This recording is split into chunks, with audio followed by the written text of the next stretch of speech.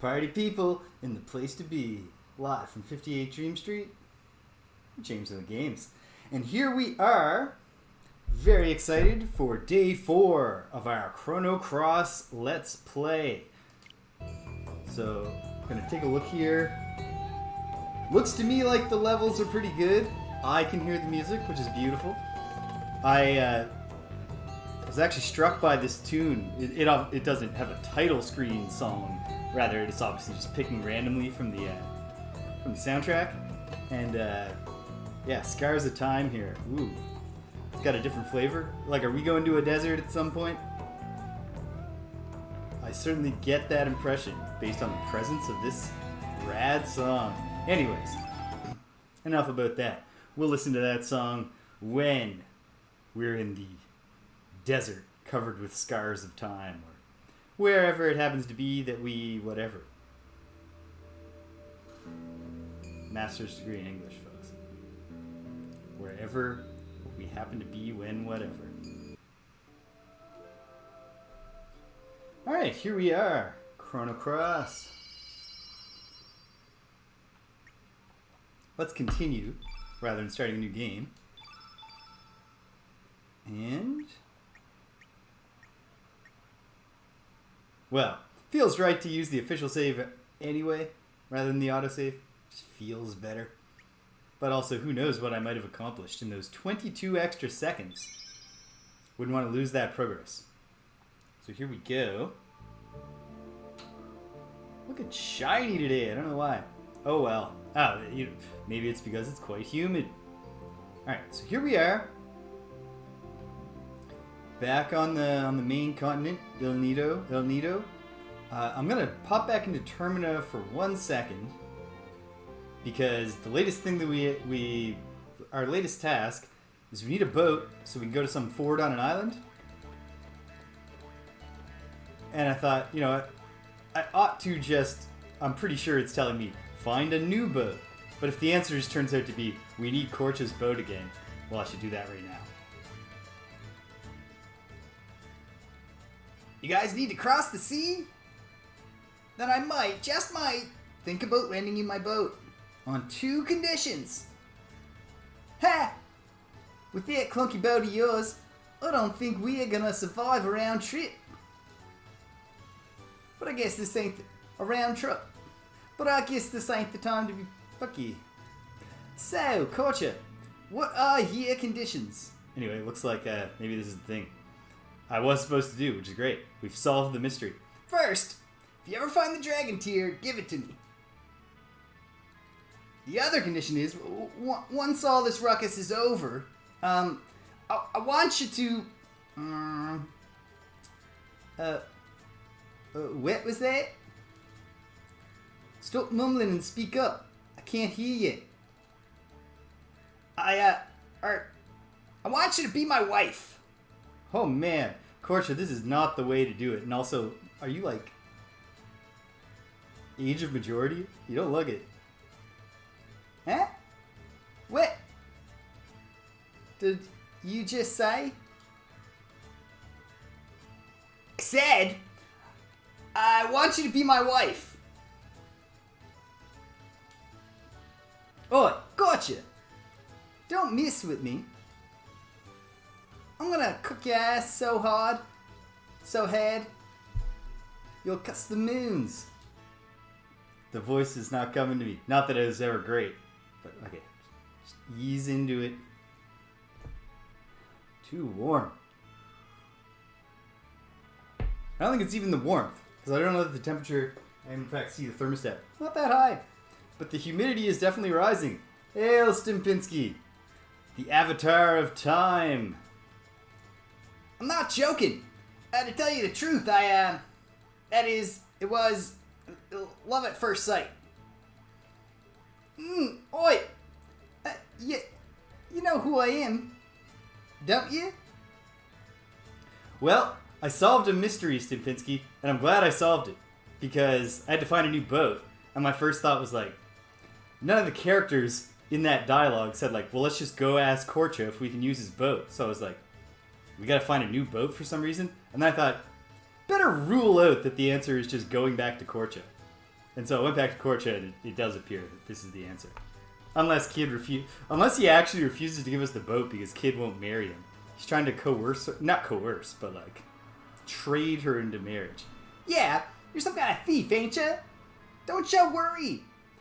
I don't care about your past, and I don't want you to feel forced. But you can't have the boat you need unless you do it. We wait until all this fuss is over.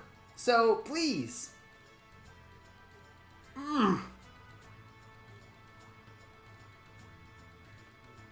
Yeah, Surge can't be neutral in this.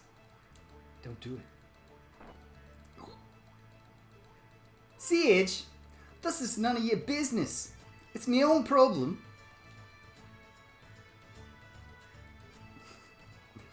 One of those classic RPG choices.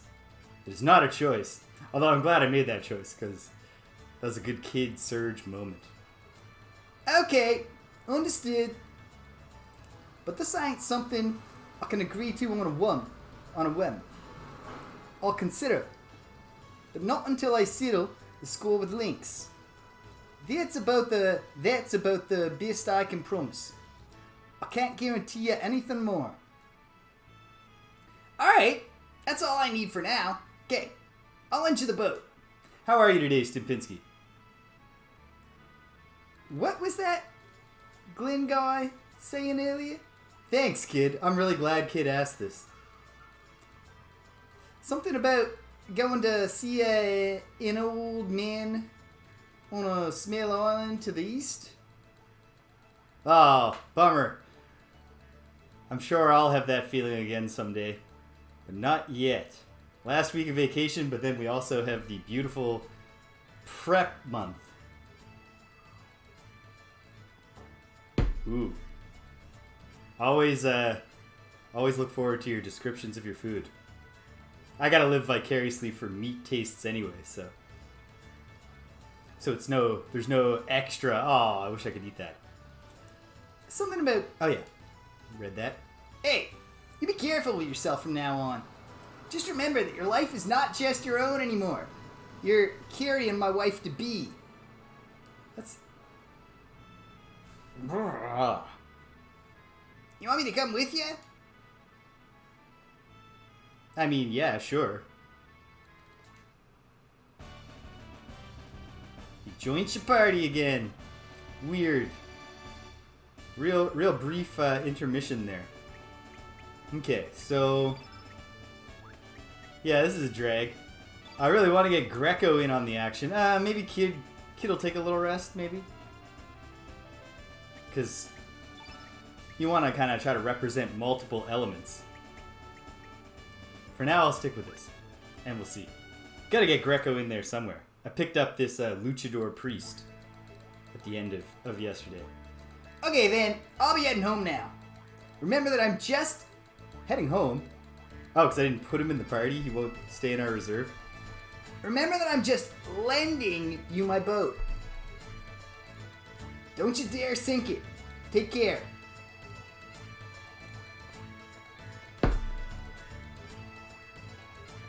And then he swims home.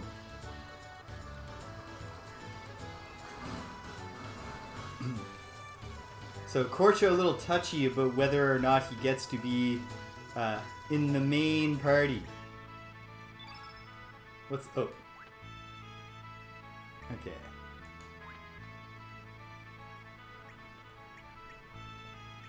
What do I do? I thought it was the teleporter that lets me... I guess I can't switch party in town. Board the boat? Yes. Let's go. I think. Wait. Yeah. I remember. Because I was lamenting the fact that there's too many accents. So I'd gone to the Scottish blacksmith for new equipment. So I think we're ready to head in. Of course, given the size of this game's cast, I might have actually, just missed the opportunity to pick up 3 party members. Okay, so now we're just looking for a small island. But all these islands look pretty small. Sky Dragon Isle. Gaia's Navel. I just want to know what these places are. Oh, what's this? Water Dragon Isle. That's, of course, the main... Ah, yes, we're zoomed out, of course. Okay, pull back. We won't go into the zero visibility fog just yet.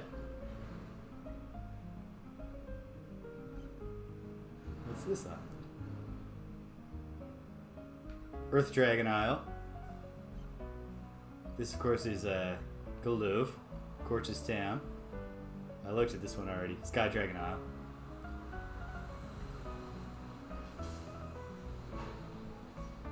It's definitely one of those moments where you're like, man, Osha was the kind of person who paid closer attention here. Hermit's Hideaway.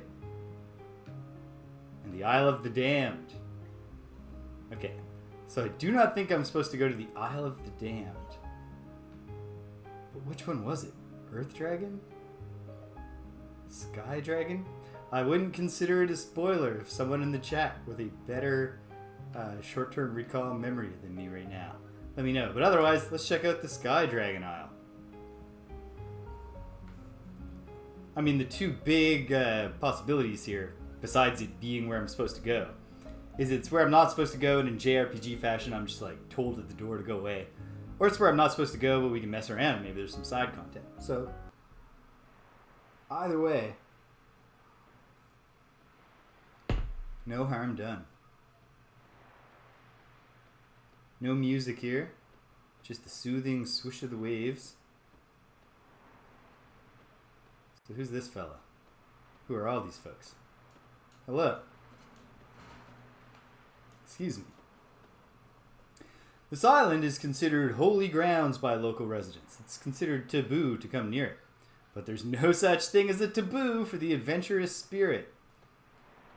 Well, yeah, but this island is said to be where the Sky Dragon resides, but it seems to have gone away. Okay. No Sky Dragon. A taboo against going up here. But jeez, I don't even live in this dimension. What do I care about their taboos? About 100 years before humans from the continent came here, the Dragonians and demi-humans still existed in great numbers. Oh yeah, humans. The coming of the humans definitely precipitates the population decline.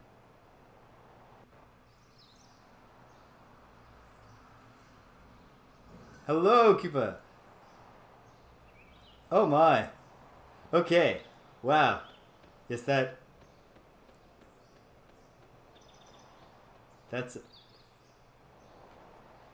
Yeah, there's definitely going to be dark... There can't possibly not be dark stuff coming. I mean, there's definitely been some dark stuff. I mean, we're in a dimension where Serge drowned when he was 10, and his mom's dead, and we also recruited Greco to the team after witnessing him give the last rites to a child. Good to know that it's going to get even darker. But yeah, bright and colorful for now. Is the Lost Media iceberg what I'm thinking? Just about how, like, you know, so much of all of the art that humans and art and whatnot that humans have created is gone forever.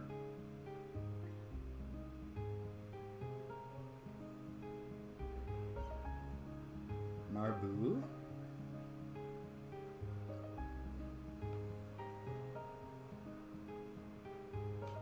Gaia's navel? Cannot go here.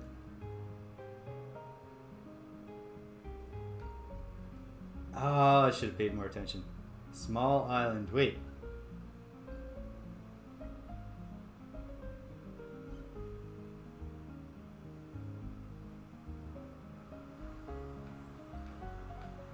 Well, let's go to this hermit's hideaway. Seems to be something going on here. Burned out oh man. I'm sorry, Koopa. It doesn't seem like this is going to be a reprieve from darkness. What happened here? What happened here? Did Lynx do this? Do this? That's correct. Maybe not. The correct answer is I did this. under Monsieur Lynx's orders. Salut, Serge. Did you miss more? Not you again. Excusez-moi, Serge, but do you want to know why I burned this place to the ground? Yes. I'm definitely curious about that. Well, first of all, to teach you a lesson. And second of all, to get rid of that geezer who lives here.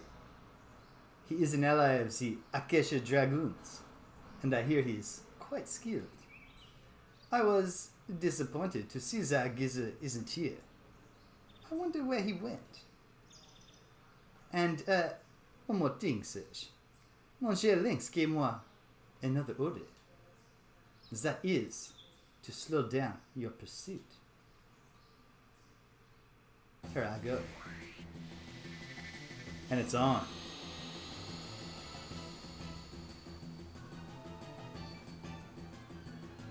Enfin. Take all the time you wish. Okay. So Harl is innate. Blue, dark blue, purple.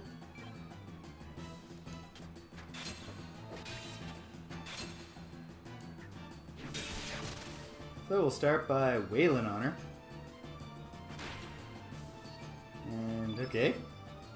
She's got a not terribly impressive physical attack.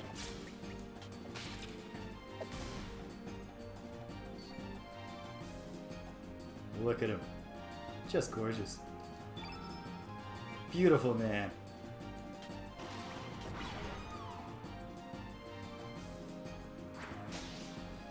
I'm gonna switch it up pretty soon. Because I want to get Greco into the party, although Greco seems like a better swap out for Kid, because they're both, I don't know. But then again, I guess there could be benefits to having two innate red mains. Oh, so much to think about. I don't know that any of the combat has been so challenging. Oh, doesn't it? Ain't that the way, Stumpinski? Isn't that how it always is? 75% chance. Ooh, we landed it. Yeah, she's not looking great. I'm not sure why Harlequin thought to oppose us like this. You would think she had some awareness that her powers were great and impressive. Hello, sweetheart. But no, it's definitely not that time yet.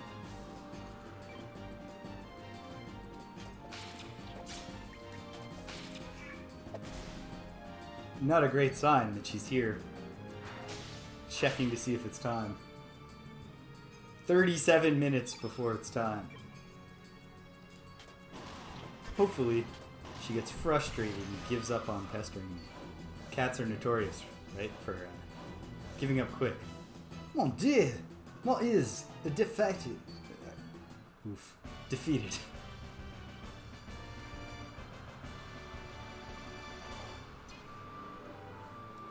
One second.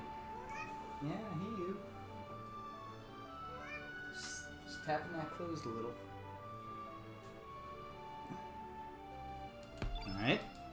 We all got a little tougher from being, smacked about by a clown. Fully healed thanks to Surge's Recover All. And we got a Photon Beam, which might be good for Surge. Ooh la la. You really are strong. Très fort, Serge.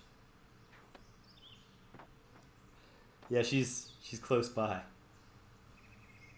I might be... Maybe tomorrow, if she keeps using that chair for the rest of the day, and I can assume she's going to be there tomorrow, I'll set up a cat cam.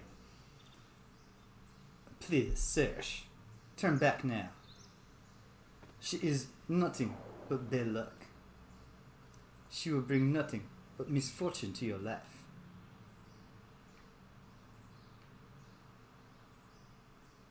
Are you one of Lynx's minions? You just watched us fight one of Lynx's minions, huh, sir? Actually, I see that you are not. Must have just been that must have been that munchkin that just flew away. Mr. Dell had informed me that Lynx and the General were heading to Fort Dragonia. I played it safe, went into hiding for a while, and it looks like Lynx did pay me a visit. I'm sure the General has no idea what happened here. Lynx is the one behind all this. I had a feeling something like this might happen. That is why I made sure to build a sturdy stronghold underground. I believe it should still be intact. Are you here to ask me questions? Come. There's no need to be shy. Okay. We're in. Hold on a second. Harlequin, come on. I gotta feel like Harlequin could have spotted this underground. She really felt like the job was done. This letter, it goes to nowhere. I'm sure. I need not check. I see. He hasn't even introduced himself, but we've inferred his name. So, you have met Mr. Dell and Glenn? We have. Serge must have told him that just now. Yes, I once wielded a sword as a proud member of the Acacia Dragoons. Glenn's father, Garai, the blacksmith Zappa, and I used to tear up the battlefield. Oh, but that was a good 15 years ago. When Garai lost his life on the central continent, I vowed to become his son's guardian. The guardian of his sons. I officially retired 4 years ago after Dario received his father's sword, the Einlanzer. I've been here ever since, living a carefree life away from the rest of the world. However, Dario is no longer with us. Life is so unpredictable. It was then that Lynx approached General Viper. He spoke of the legendary treasure, the Frozen Flame, which is able to heal all illnesses and fulfill any dreams. I do not know what this man Lynx is plotting, but I believe General Viper intends to overthrow the nation of Pyre with the power of this legendary jewel. Pyre! I gotta get over this instinct to give a scratchy voice to an old man. Pyre is a nation governed by militarism. It has brought suffering to many people on the central continent of Zanan. Perhaps the general envisions a bright and peaceful world, much like Guardia was at one time. Or is he planning to find out the answer as to why we have continued to hurt and kill each other since antiquity? In any case, I no longer wish to involve myself in any conflicts. Besides, there's no way I'd want to face General Viper in battle.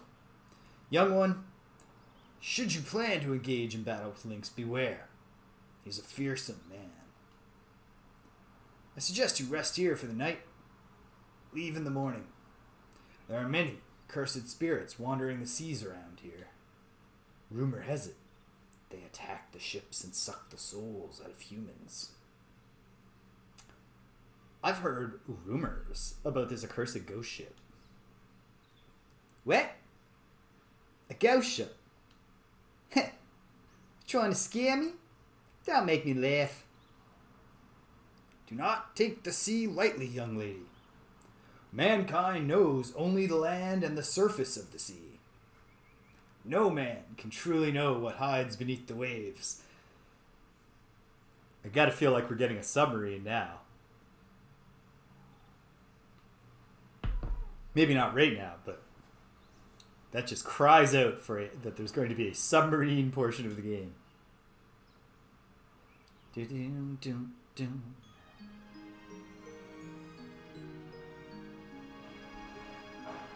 How's the, let me know if there are if the volume mix could be improved here. If I could turn the music up for you or anything like that. Let's look around.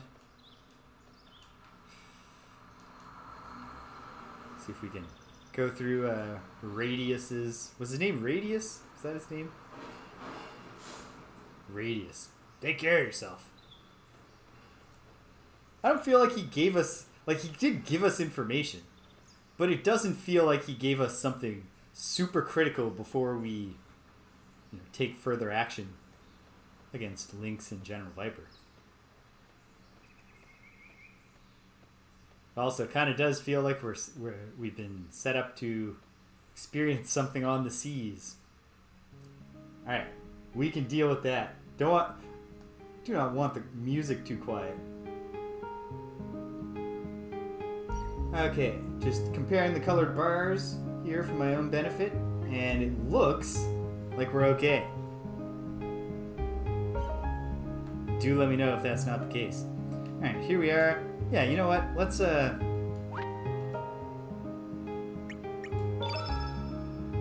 mix it up.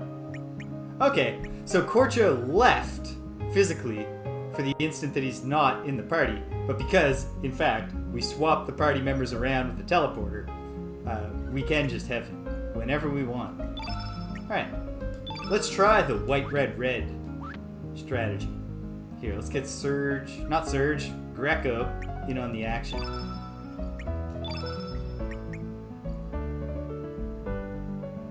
Excellent portraiture. All around. Like, you can really... The personalities are captured in the art. As is often the case when good artists are making RPG art. Okay. We got a red fellow. Oh, I know, sweetheart. So what do I have? Any reds I can put in level 1. I should. Like that are innate to level 1, so to speak. And then let's we got slots all over the place. Let's move these around some. No, Kid's already got the amped up magnet. So how about Greco will just have a good magnet bomb. And then we'll give him makes sense that his innate, like his personal move is a wrestling move, but where he looks like a luchador, like, I guess it's probably also like an animation thing. It might look a little bit goofy if he were like trying to do Hurricane Ranas or something on some non-humanoid enemy. You can hit a clothesline at anything.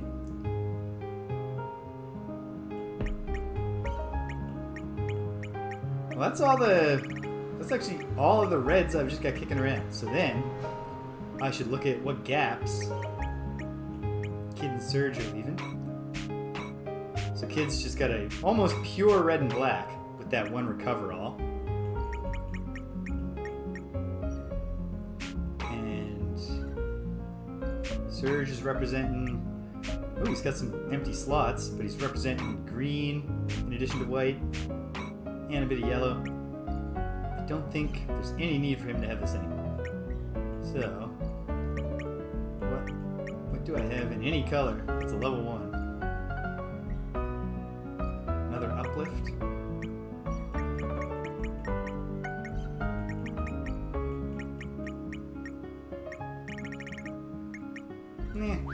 I'll keep the tablets for now. Alright, but these free slots. More powerful photon beam. Oh, photon beam is more powerful than photon ray. Of course. Of course a beam is more powerful than a ray. What was I thinking? And... hold on. Reorder, sort by... I wish I had more options. Because it's specifically level that I wanted to organize them by here. But...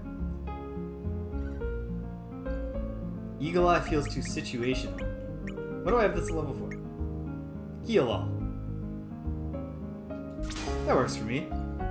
Okay, so Surge is representing mostly yellow and green, in addition to his innate color white. Kid's got black. So, let's give Greco some blue. Cure plus. We don't want to just be pure healing. So an Aqua Ball. And then got a bunch of level 1 slots.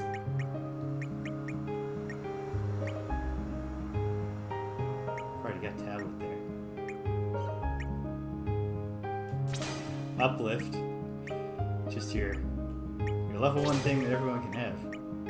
Might be overdoing it on healing capacity right now, but aren't that many level 1 options in my roster. And what about a level 2 that's blue? Don't need more medicine. So perhaps we go in a different direction. Hell Soul does not seem appropriate to the character. Oh, fine. He's a healer. I'm banking a lot on the idea that his physical attacks will be strong. Let's see. Attack 27. Not as strong as Surge.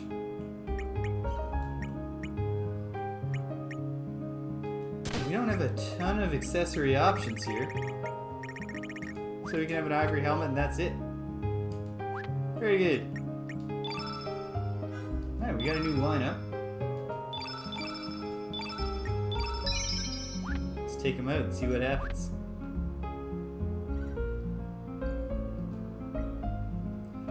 The words. Boat. Do not. Oh, jeez.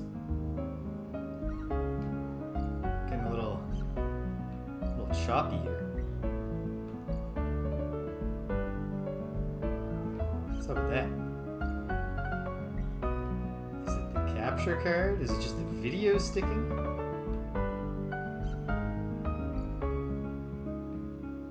Yeah. Okay. Hang tight. We will start with the good old-fashioned turn it off, turn it back on again. Make sure it's plugged well. It was worse for a moment. It's bad. Okay. Another thought. Am I overtaxing my USBs? I don't think so. This is hideous.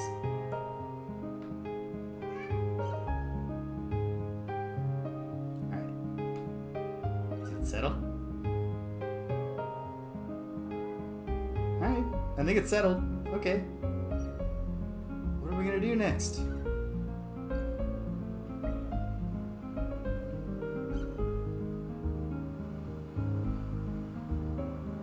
Well, we gotta know what happens in the fog. We just saved. So, if we head into the fog.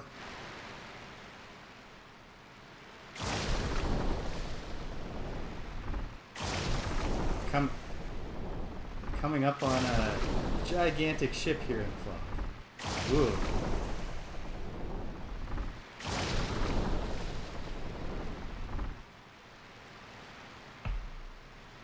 It's come to a rest just in time for us to drift up alongside it. Could this be the ghost ship?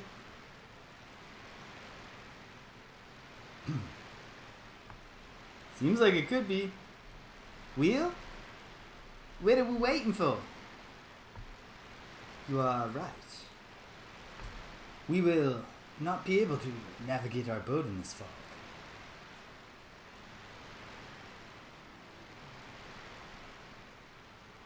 Okay.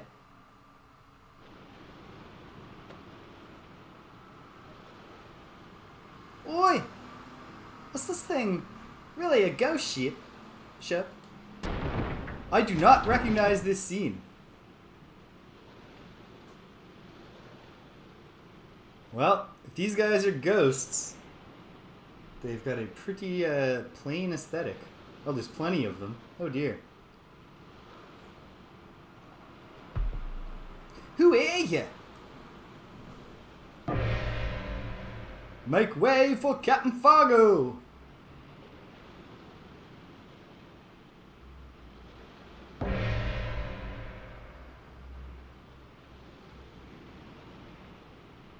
This guy's gonna have a portrait. Ah! You seem to be a bit young for one of Lynx's subordinates. Well, who cares? What do you want from us? That's up to you. But first things first. What is your intention? Don't play stupid. We know you're trying to get to Mount Pyre. We saw General Viper's and Lynx's ships anchored nearby. Are you trying to deliver them a message? Is that it? That's a load of bull. We don't work for them. We're out to get in. Get in our way, and I'll kick your ass so hard, you'll kiss the moons. Ah, are you serious? Explain yourselves. So I went to the beach one day with my friend, and I had a seizure, and now I'm in this dimension where I drowned when I was a kid. I see. So that explains why you're after Lynx. But, don't you know you're risking your lives? Don't you recognize the danger associated with Lynx? He's a monster. A cold-blooded monster. An incarnation of death. To be frank with you, we've had our fair share of encounters with Lynx too. But that was a long time ago. Ever since then, we've had to disguise ourselves as this ghost ship. So you're gonna face Lynx, eh? It's easy to say, but... cut the crap and get to the point. Arr! Bring out our... you know what. What did I just say about defaulting to scratchy voice? Aye aye, Captain Fargo. Captain Fargo. I just want to see if you youngsters can match up to the likes of Lynx. Just making sure you're not all talk. Looks like they're ready. Let's see what you can do.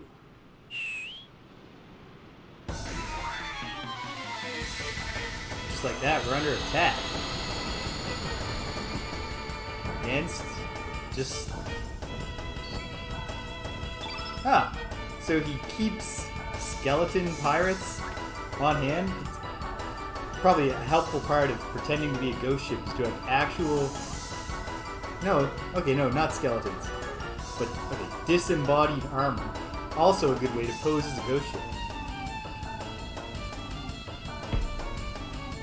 Alright, let's get down to business here.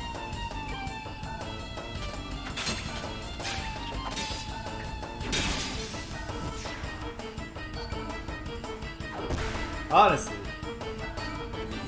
Fargo should just stop it now. If the kid, not kid, but if the little guy can just run forward and just take out one of your haunted armor dudes that easily, probably we're gonna be okay. We haven't even seen the big jacked up priest get through. Ooh. Went for the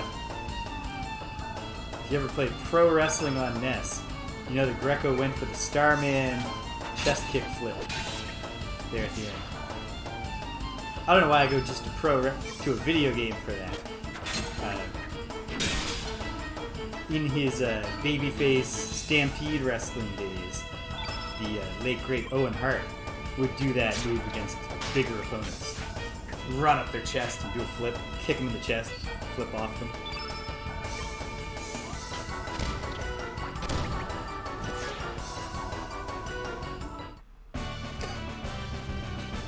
His victory pose definitely looks more dignified priest than luchador. I guess there's no turnbuckles for him to stand on to raise his arms. Healed up. Didn't even need to use a recover all. Found some capsules. Haven't had any yellow status effects that I recall. Oh, well there we go. Just loosening you up. Time to get serious. Pull it! Oh my!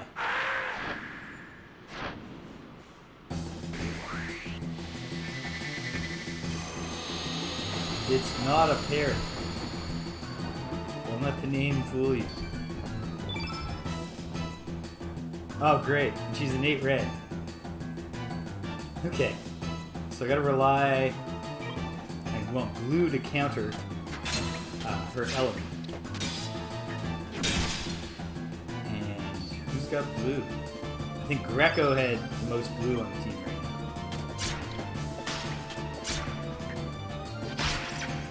now. Now let's just build up our, get everyone ready to start throwing elements.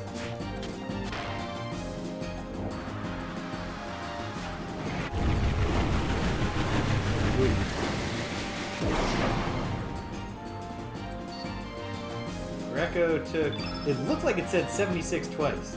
But fortunately, he only took 76 damage once.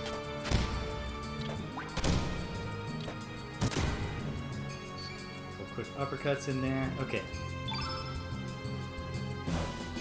Does Surge have any blue? He does is not much. So I ought to check.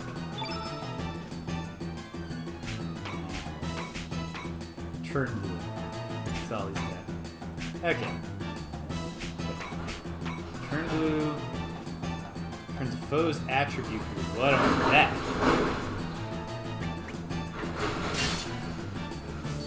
Unless doing that and then switching to hitting with reds. Well, let's see how the fight comes in. Even though it just looked, remind myself, the kid's got nothing blue. We certainly don't want her using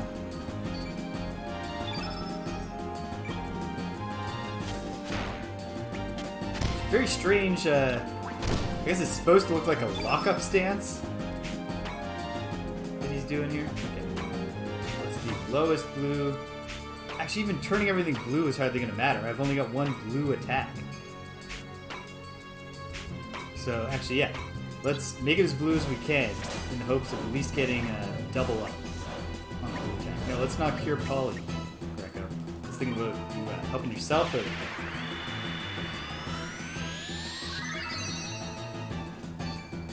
Excellent. Okay. Now I wish it was Greco's turn, because we got all... We're never going to have as much blue in the air as we have right now. Oh. Yeah. As we just hit. Healed up Greco.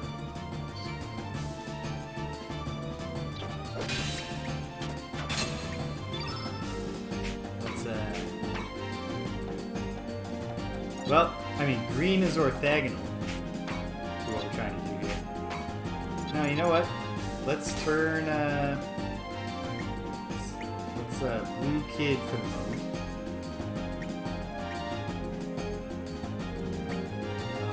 I'm always looking, when I'm trying to target, I'm always looking at the character boxes and expecting the highlight to change instead of looking at the target box on the left and actually just reading what's going on. Does that make her... No, it doesn't change. Even her innate ability doesn't somehow.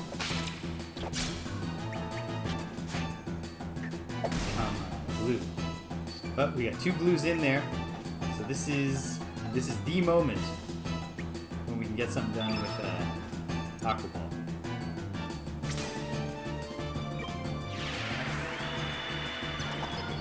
Let's see how it goes.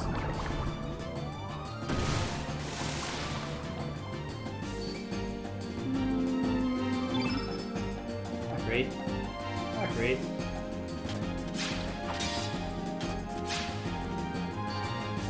Surge wasn't at full strength there.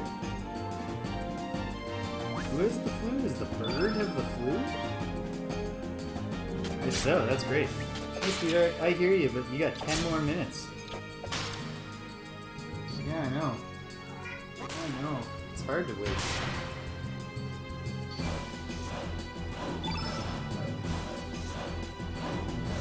Greco get a few hits in. Particularly, come on. You've got to land some of these hits, man. The whole plan here is for you to cure yourself. Okay. Thank goodness. Cure plus. Yeah, cure plus. Be nice if the game auto-targeted a wounded member. Or at least didn't auto-target the one at full health. Now would be the time for a big blue attack. If we had such a thing. Do not.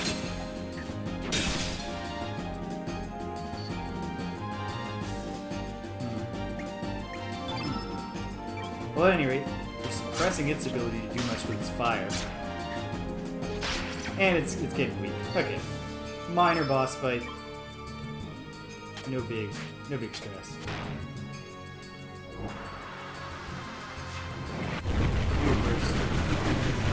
No red in the field. It's down into the 50s for damage. Despite the fact that, oh no. And I guess Kid would be strong against it. But so was Greco. So we did see the beneficent effects of controlling the element field there. I think that was a critical hit. It sounded more impactful.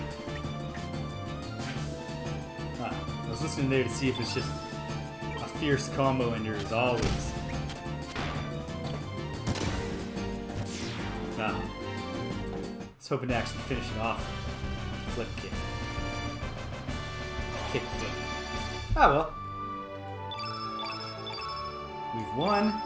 We've healed. We got another magma burst.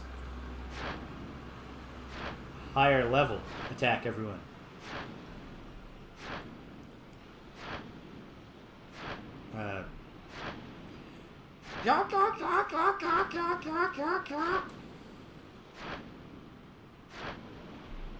Which apparently translates to, "Not bad, mateys. We'll meet again," is what he said.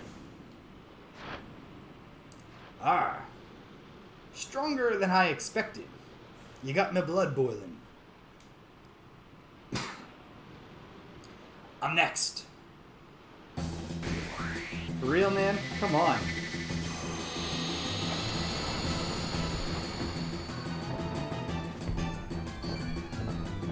Jolly ho!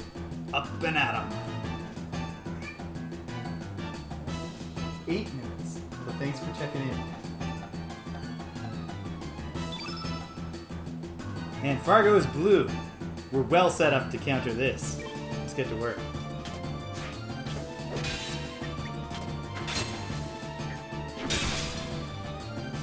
It's got good physical defense. And good physical attack. Neither of those things is surprising to me.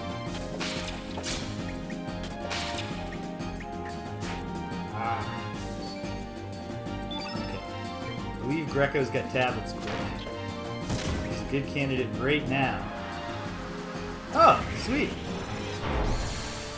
I mean, it's not sweet that he's made his already strong physical attacks even stronger.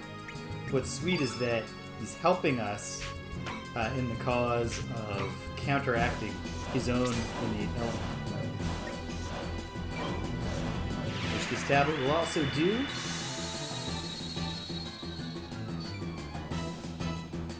And does Surge also have tablet? He does. Well, it's boring as a combat strategy. Let's load that element field, get it back to Kid's turn, and uncork something. Just go for it. Get right down to business. Magma Bomb +2. That'll be a Magma Burst soon enough. Let's do Fireball +2. I don't know, we should always try to steal from a boss. Especially from a pirate.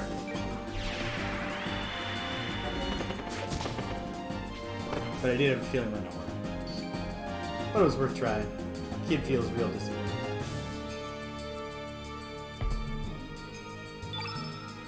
Tried to steal from an NPC in Wizardry 5 for the first time yesterday. It did not go well. The attempt to steal failed, and then she summoned a massive combat that would have killed us, but I got lucky, and running away worked. But even that, even the attempt to run away is whenever you see a combat in Wizardry that you're like, this'll kill me, and you try to run, it's like, well, it's definitely going to kill me if this doesn't work, because then I'm just standing here while they uncork a full round of attacks.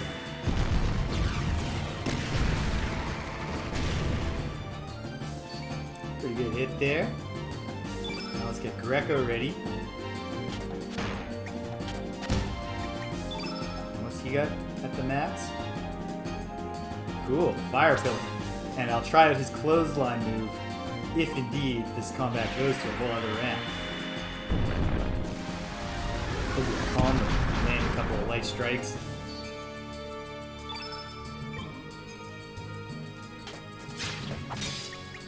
So far, except when I have put myself in a situation where I'm unprepared to fight a boss fight, I don't know that that the combats have tested me and like demanded any master of the element system and be less complicated, different types of attacks. Oh, come on, man. Let us have a full power clothesline. I mean, I can understand why you wouldn't want to do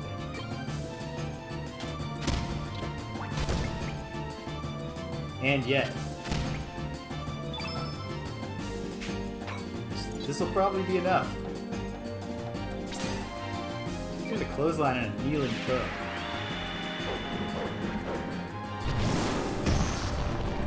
In fact, he didn't. The animation didn't sell it, but Fargo himself sold it.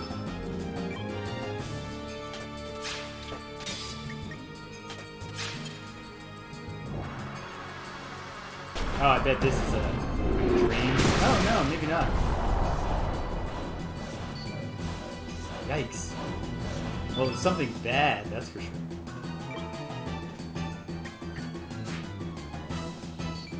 Okay, we're actually in a tight spot. Great. Like, not that tight, on account of, you know, we can see he's fading.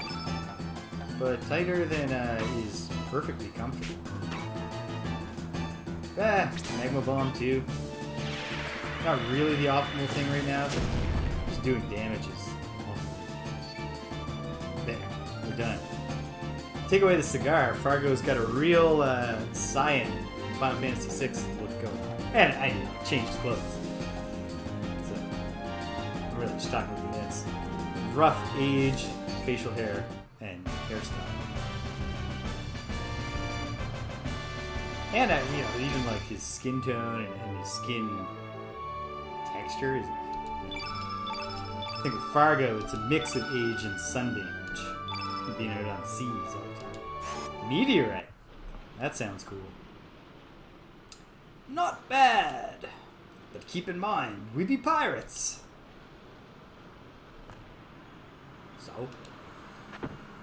Oh. You've sneakily poisoned Sage!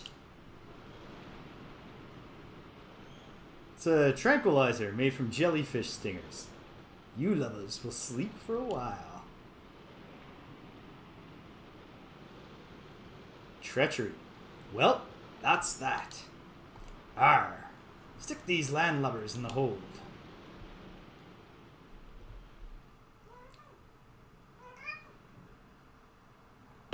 Just 1 sec, sweetheart. I want to make sure there's no cutscene that I can't pause.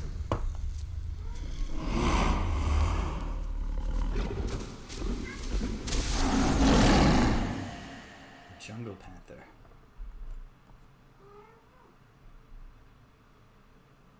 Alright. Now it's time for lunch. You want some lunch? She does. I'll be right back, team. Hang tight.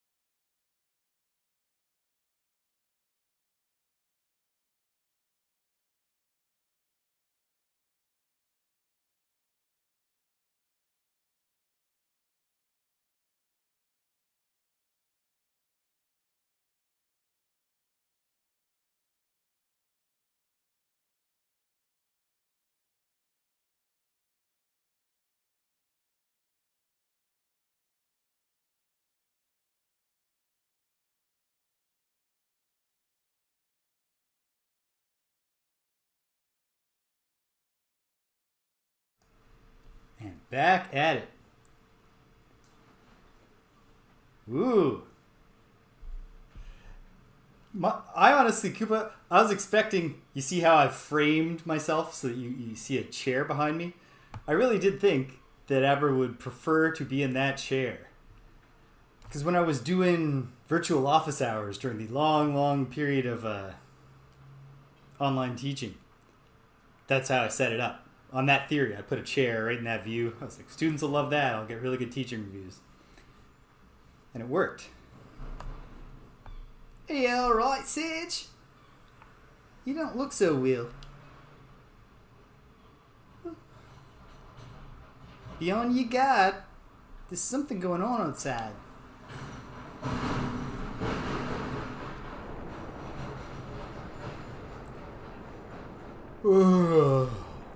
Staying on watch ain't easy.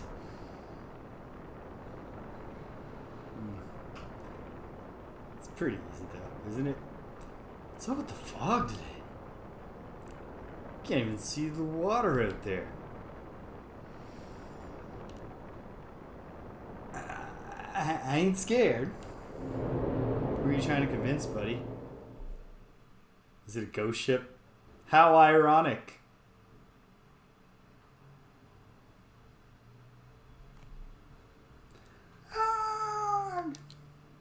Danielle's working downstairs, so I'm not going to do a proper scream.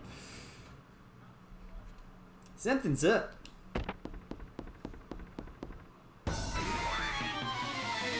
And a ghost monster runs in, ready for the fight.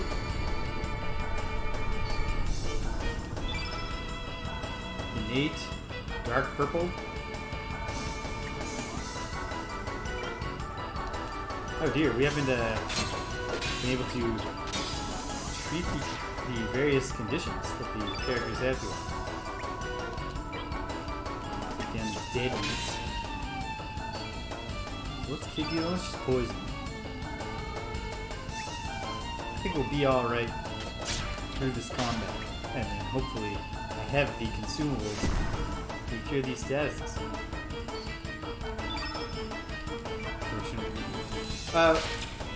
What are you thinking of streaming, Koopa?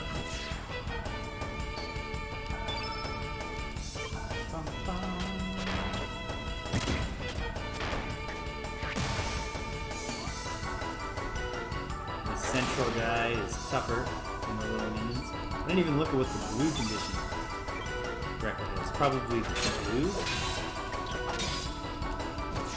Boom. Victory.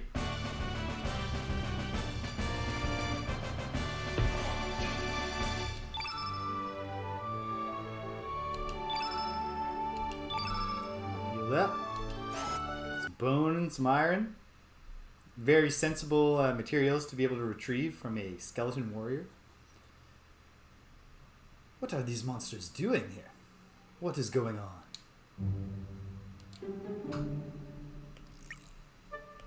Okay, let's see. Antidote. Take away 2 poisons. And medicine for Greco's flu. Ah, if only there was a medicine you just took to immediately recover from the flu. That'd be great. Alright.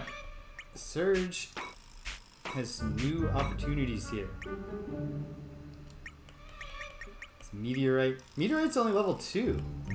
But perhaps that'll be a good one to slap on Surge with a Meteorite +2.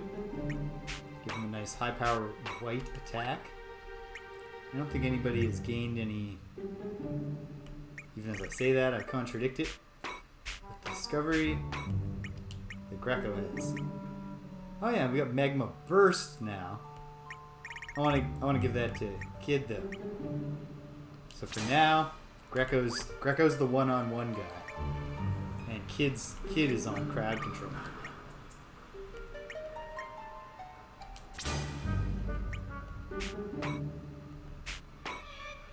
Good. Still got a couple of yeah. Kid is the crowd controller for sure. Alright.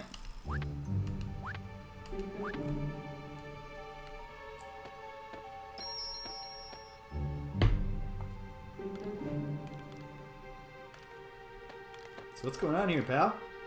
Arr, looks like you're alright. I thought you were goners when that monster went in. Well, thanks for shouting a warning. You think the almighty Cud would go down that easy? That easy. Anyways, what's the bloody hell is going on here? Sorry, but I don't know either. Before I knew what was going on, I was attacked. Go ahead. I won't stop you. Yeah, no shit, buddy. I don't think that's an offer you're making me. Can we help this guy out? We can. His ineffectual rib stabs aren't getting the job done. Oh no, it's a tougher party than what we just fought. Okay, and they're all innate and dark. Probably that dark purple is just meant to represent black. I bet we handle most of this physically. At least that's what we'll try to do. Get a sense of our physical capabilities. It's not like we're consuming, except for the rare consumable elements, which are all healing based. We don't have to worry about conserving elemental power, but nonetheless.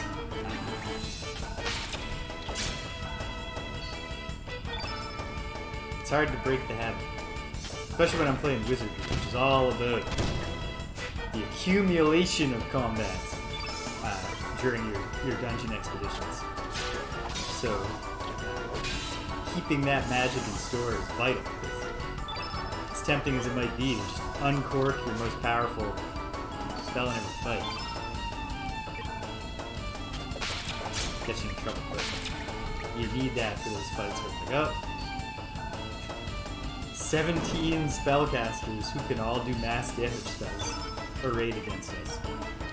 We need a Mabariko for this. There. He hit the... Actually, I think it was just a drop. Did he do a flip off that drop, dude? I didn't even see.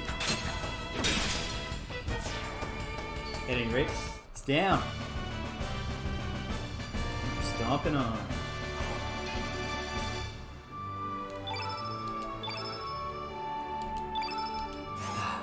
Use my recover all. Heal us all up. Want to express your gratitude, pal? Heh, I didn't ask you for help. Yeah, you're welcome.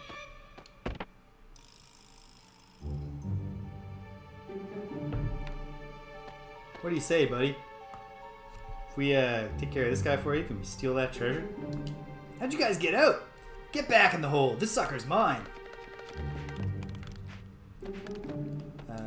Well, you have fun with that. Can't take it. Well, let's help the guy out.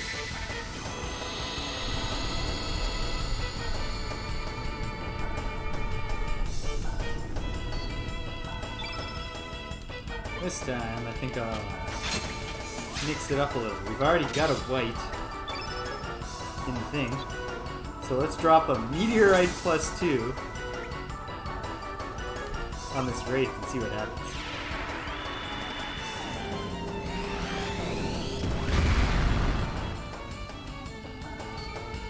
Big hit. With a favorable element field, that would have been... I bet that would have been a one-hit kill. Oh, looks like we're working inside out this time. So get in there, kid. Finish him off.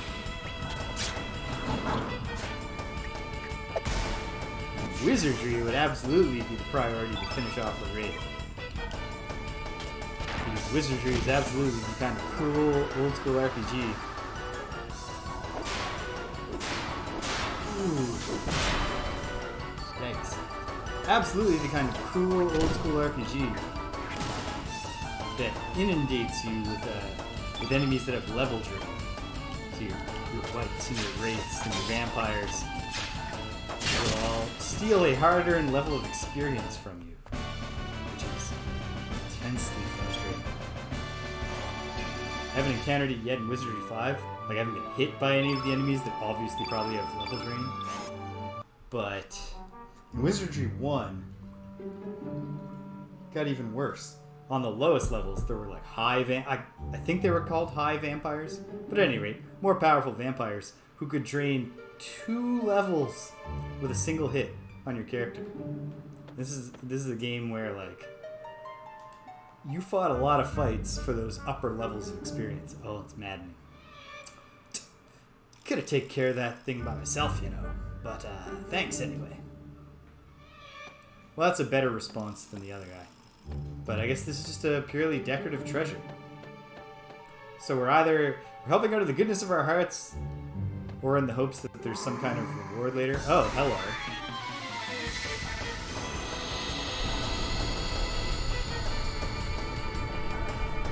Fargo says, thanks for helping me crew.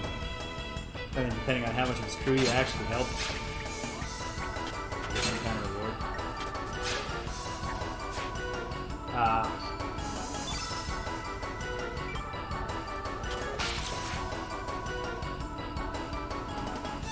So these guys are good at dodging. Or I'm just having bad rolls. But I'm inclined to say, yeah. I feel like whatever evading abilities enemies have are applied as a modifier that is not captured in your likelihood to hit them percentage.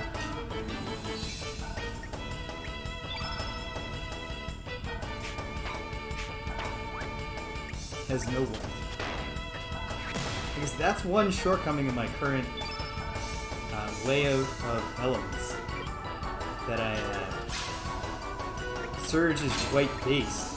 But I have nobody to set him up for maximum effectiveness. Alright. Another meteorite too. Not going to be a kill unless for some reason the damage is variable. Or if Surge. I don't think Surge's magic attack went up when I wasn't up.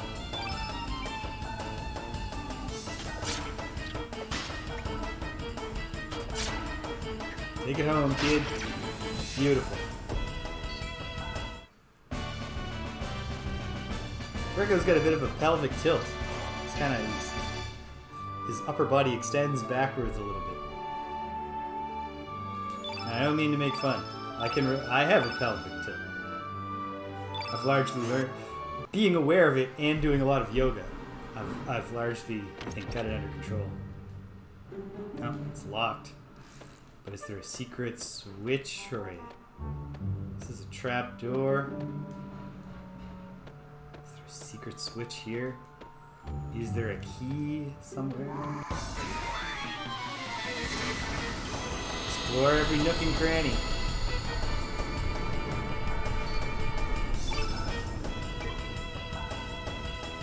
For me, like, the actual period when this game was out, even though I didn't play this game at the time, was not a great time in my RPG playing experience because I got really bad at finishing games, and then I developed this whole, hey British, we're on the not ghost ship being attacked by the actual ghost ship. How are you today?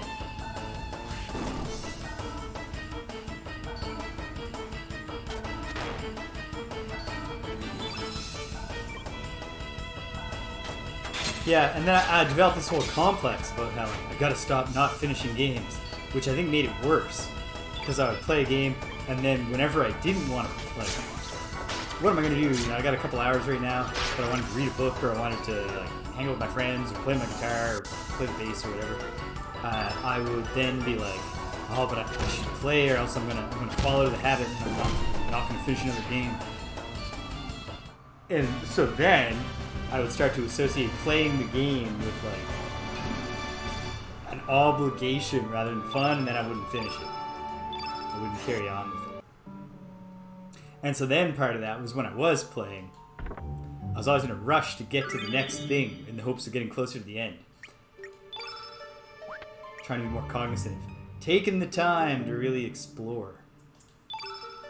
Even when it's just a matter of, you know, this is obviously a very small map. Hardly really call it exploring, but okay. So, you know what? We don't need Kid to duplicate healing capacity. Kid's a burner, not a lover. So we'll soup her up like that. This one's locked. Okay. Well, our options are constrained now, but there was a door over this way. There's a note. Key duty is a big responsibility.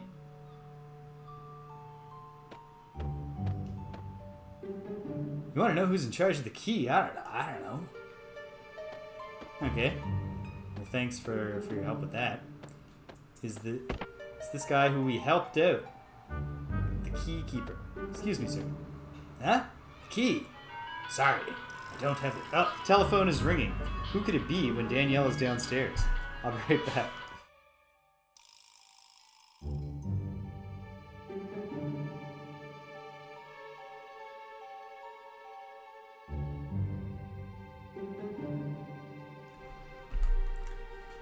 Nah, just a buddy who I will call later at my own convenience, and we'll talk. Huh? A key? Sorry, I don't have it. Well, I wish you did. I also wish that Serge knew about how to... I guess Serge's mother raised him right, so he will not get up on the countertop.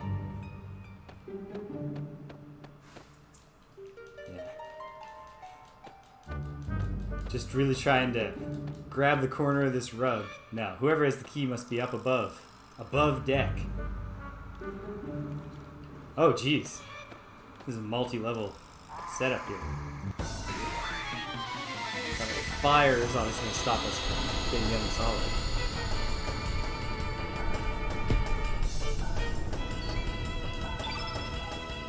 Here we go.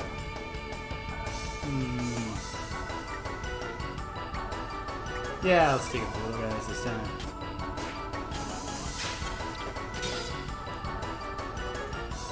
Oh, interrupts the combo. Fine. I will get the big giant hit on your leader then, if that's how you want it. Oh, can't. Well, dash and slash. Surge's main move. I don't know that I've ever taken the time to... It's a pretty... Like, it's a basic move. He just ran through him with his blade out. It's not. It's, like... That's part of the problem I obviously must have created for myself. In my guilt as a teenager, that I had other interests than just playing RPGs.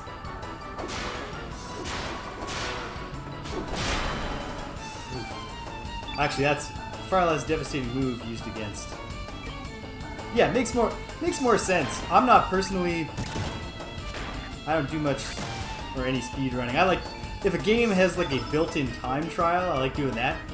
Like I played a little Crash Bandicoot 4 on my PS5 just because it was the free game for July. Got a little tiny bit of nostalgia in for those games. And I did a few of the time trials. It was pretty fun. I know when I was a kid, my sister loved those Crash Bandicoot games, and then when she wasn't playing her Crash Bandicoot games, I would just be in there, getting all the crates and doing the time trials. But yeah, I was definitely robbing myself of the ability to really get what you're supposed to get from a game like this by rushing through it. Like stacking up a list. I wasn't even actually stacking up a list of games. I was failing utterly to do that. But like, that's hardly the important thing. I spent 100 hours playing Ultima 5. And that was better then. I had way more fun than if I had been rushing through. Excuse me, buddy, are you on key duty? Ah, it got me. It's right there, waiting. Damn it all. Oh yeah, here it is. He wasn't lying. He's lying, he's dying. He might also be dying anyway.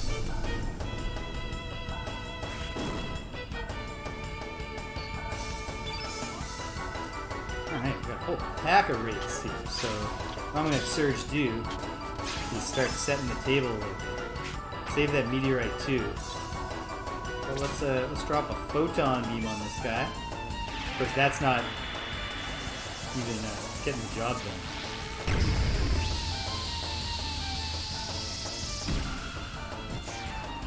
Oh, never mind.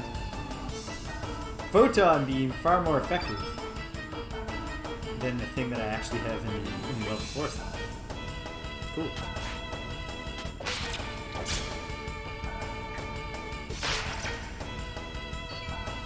Kid's not the key contributor to this one. But I think Greco can help out. First with some physical attacks. I mean, these guys obviously have significant physical defense. No, I need to... Okay, note to self. Got to equip some of the other party members. Hello, Waffle Syrup! Immediately we're making sure to get that hello in after yesterday when I didn't realize I had set up a new screen for the stream last night and forgot to put the chat on it. So Waffle Syrup stopped by to say hi. We just ignored him. Not literally. We would never do that. But the effect was of being ignored. Okay, so a +2 doesn't ultimately seem to make a thing more powerful than just a higher level. It's a boost, but not that big of a boost. So I think what I'll do.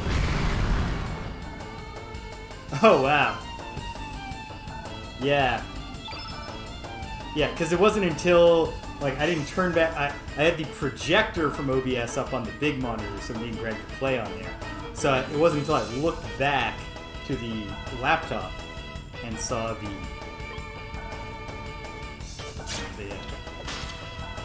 main OBS window. Ah, jeez. That's a shame. Dark mist. What's this gonna do? Feels like a condition causer, indeed. Ah, you caused a condition, darkness. Oh, great. So, let's just cut to the chase then. No, because now any element is going to push. I want both those whites in there. Yeah.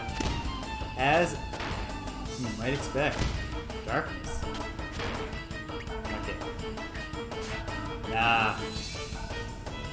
We had to put all our trust in whatever god Greco believes in there. Didn't come out for us.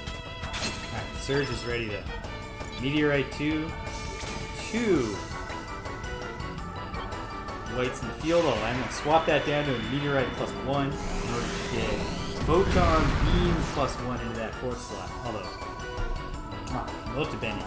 That got the job done. Right now, my brain keeps associating Greco with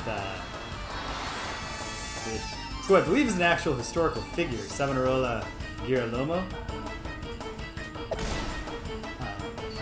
Who's absolutely an Italian priest, and so clearly wait, he's got a white condition as well? Ooh, there, that one worked out. Oh, and his darkness... Okay, darkness just passes. But now he's got whatever the white condition is. Do we have something that'll cure a white condition? Or will it just go away? Hopefully.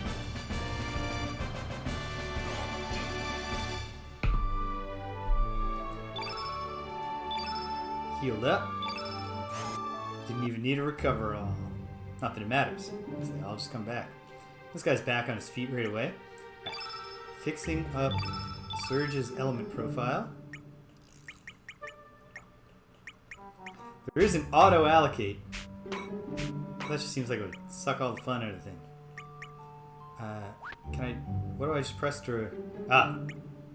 Gotta go all the way up to remove.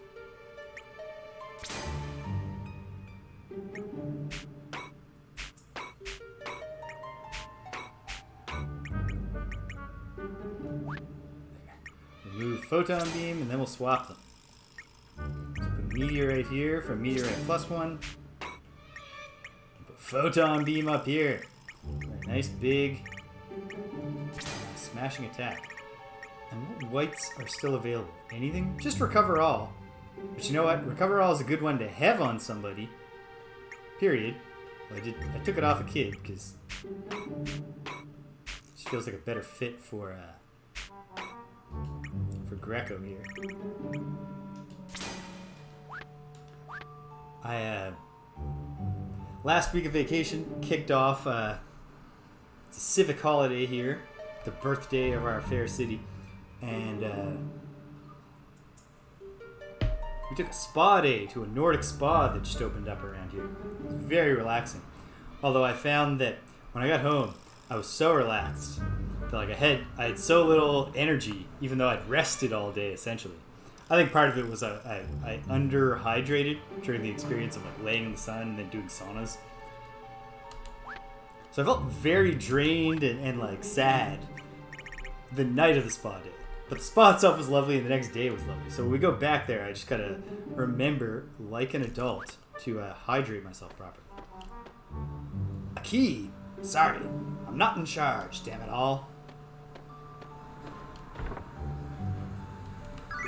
Panacea. Oh, does Greco... No, he doesn't seem to still have a white condition. It's vital. I remember that when I'm streaming. And although it is fairly warm in this room and humid, it is certainly not a like, you know, Russian or Scandinavian sauna.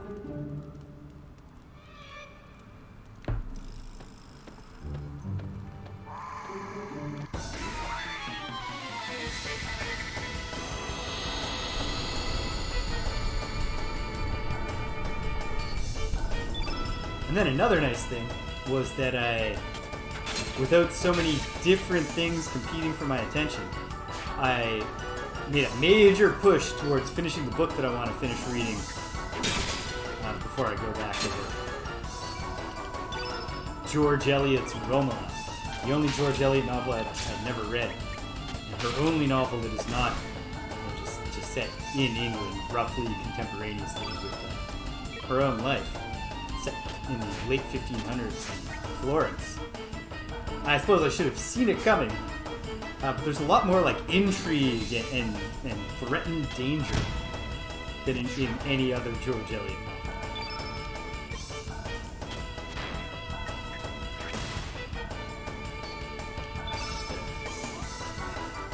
Should have seen it coming in a novel where Niccolo Machiavelli is an incidental character.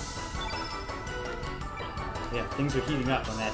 According to my Kindle, I'm 92% of the way through the book now. That was only like 60% on Monday. So I made some serious progress.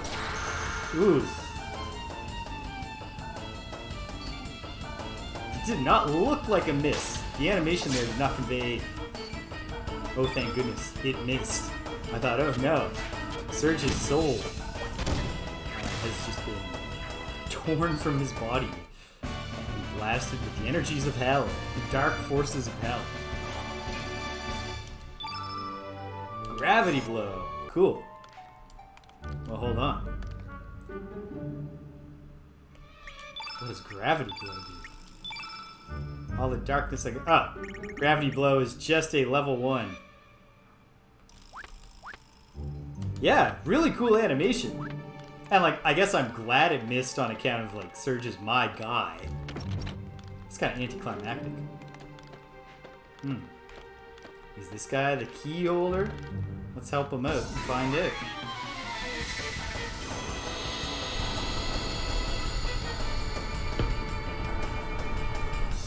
Here's one thing I'll say for wizardry. One of the grand, like, forefathers of the JRPG genre in particular. Because wizardry is huge in Japan and has been since the times of its origin. If I ever like earnestly play any wizardry on this stream, it'll be the Super Famicom Wizardry Gaiden 4.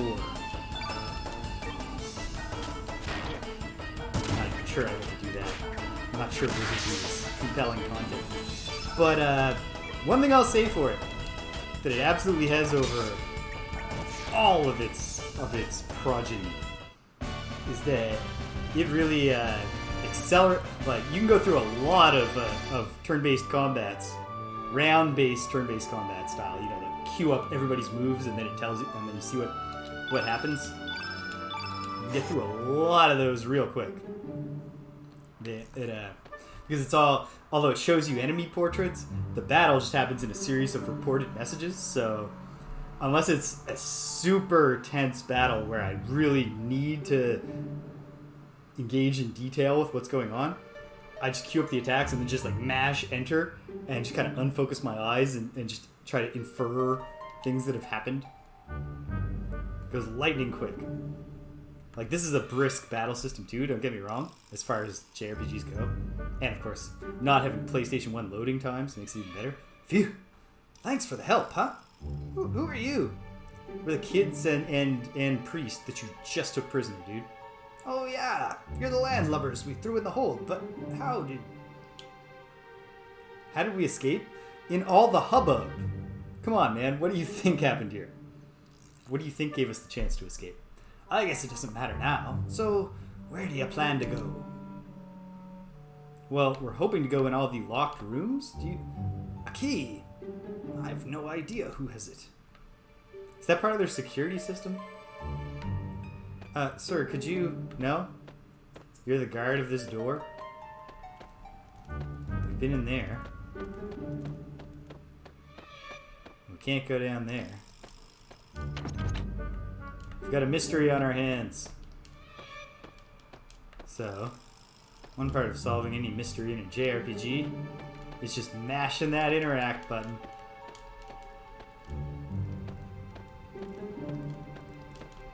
Okay. Oh, wait. Can we get past this but not come back? No. For a second I thought, is this like a little ramp we can run up?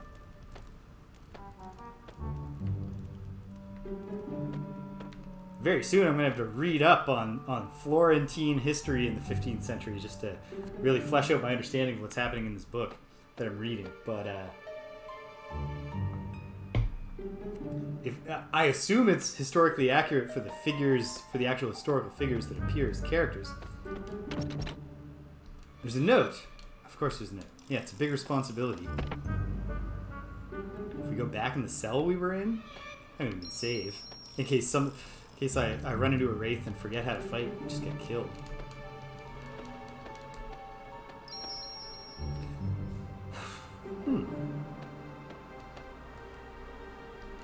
I do want to know, and no, none of you know. It's frustrating, man. This one's locked. Yeah. Cannot turn up the rug. It's not in these barrels. I believe this one is locked.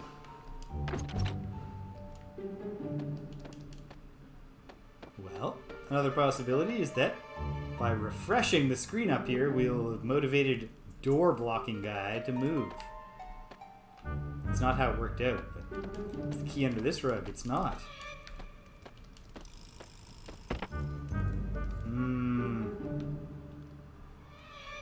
Well, obviously there's something I'm missing. There we are.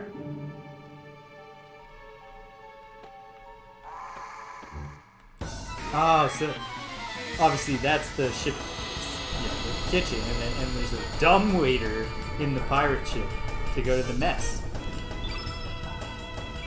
We've taken advantage of it. I was reading a thing this was weeks ago now, and I can't even come up with a second example besides the one I'm going to give, but I was reading a discussion people were having about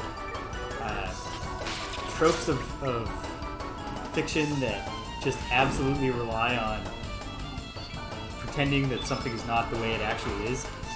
And one of the ones that came up was very few dumbwaiters are large enough for a person to comfortably fit within them. And yet this pirate ship fortunately seems to have a dumbwaiter that is enormous. I mean, maybe it's not literally a dumbwaiter. It might just be a hatch and pass the food. At any rate, we're making progress.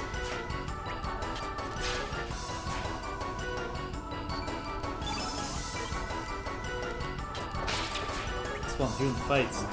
I'll keep on sharing updates on other things in my life that no one cares about. So wizardry and Momo. Had a terrifying moment in wizardry yesterday. Wizardry is filled with terrifying moments. Even when I've told myself, I've given myself permission to back up the save to reject permadeath, but that's the only concession I've made for myself. So it's still bad if my characters get killed, because it costs a lot to resurrect them.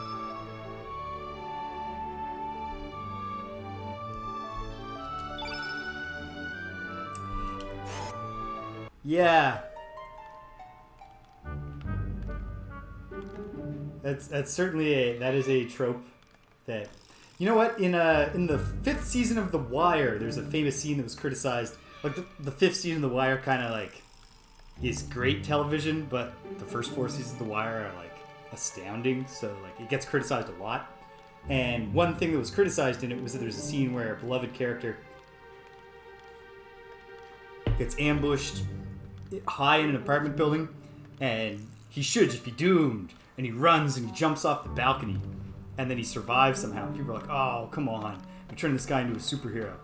But it was actually just based on an actual thing that happened in Baltimore, where a criminal escaped a gang shootout by leaping out a window. Of course, he doesn't get up without a scratch. The character is, in fact, badly hurt from the experience of jumping out of like a 4th-story window or some crazy shit like that. Oh, what the hell is going on? Don't just stand there. Ah, see, this Pyre is ready for some help. Don't just stand there. We're not coming out to save you, pal. We show a little gratitude in advance. He's holding his gratitude back. That's fair.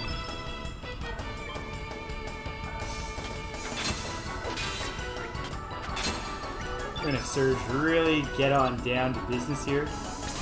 Feel like a fully charged, not fully charged, but oh yeah, fully charged. We got 1 white in the field.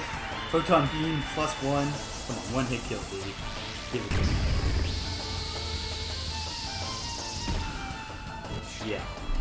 Yeah. Didn't have a chance.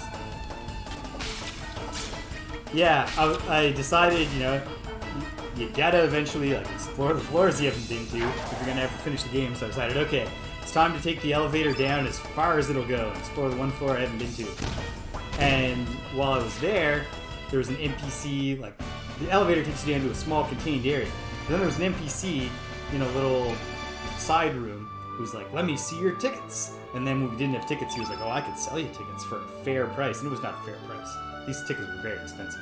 But I had a bunch of gold, and so I bought it.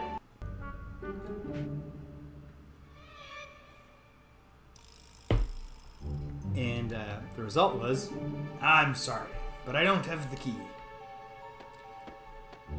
Yeah, nobody seems to have the key, man. So I'll forgive you. Alright. Okay, that was not a dumb waiter in any sense. The kitchen is just right next door to the mess. Normally they would just carry the food over. We just climbed into a grate. There's ventilation in the Pyre chip, I guess. So anyway, I paid him for the tickets, and then he actually like reoriented the room so that the exit doors went to new places I'd never been. Okay, cool. So I went to the areas that he had revealed to me and wound up like just exploring a ton of different places, fighting a bunch of monsters. We were doing good. I wasn't worried about the party at this point, although when you're in an unfamiliar place and you're not quite sure how to get back, it is always nerve-wracking. And eventually I got to the point where I used most of my powerful attacking spells, so it's like, we get attacked by another one of these parties with like 18 to 20 mass damage spellcasters. I can't just wipe them out with a single spell anymore. We're gonna start getting killed, and I don't know how to get back. And I've had a really good run in Wizardry so far, in Wizardry 5. So I don't have a backup party because I've never had to. It's just my one party, or with a backup wizard, because my main wizard is still Ashes right now. But yeah, so I started feeling pretty bad. Eventually I against all odds found a secret door.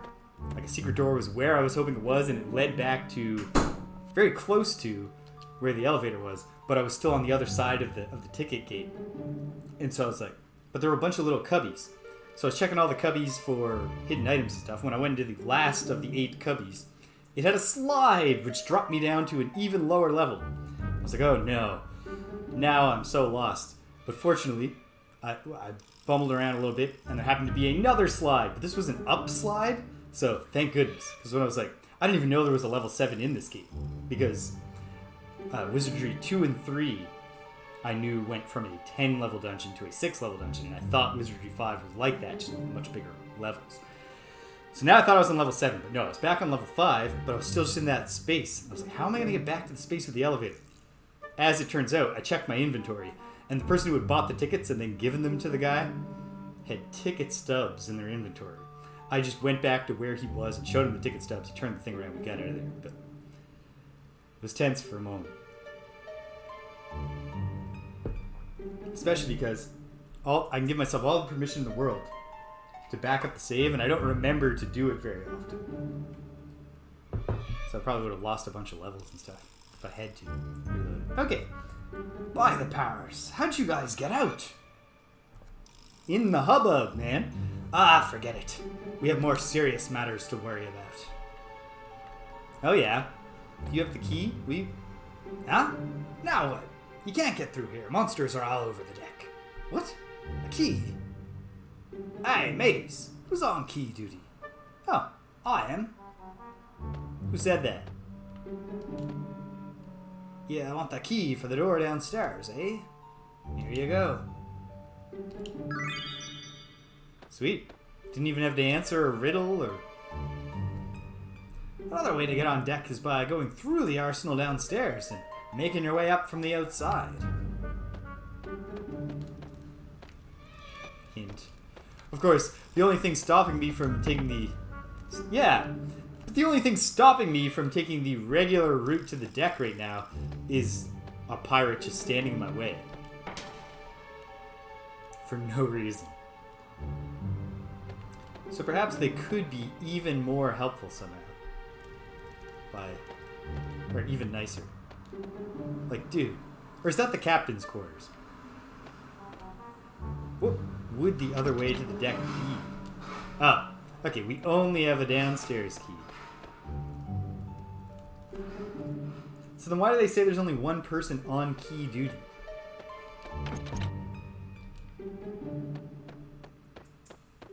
If there are multiple different keys. Okay. This is the key to the not on the back facing wall door. Oh, well, so close to the save point. It'd be crazy not to touch it. There we go. Throw down the autosave. Oh, I feel it. You'd be waiting for me.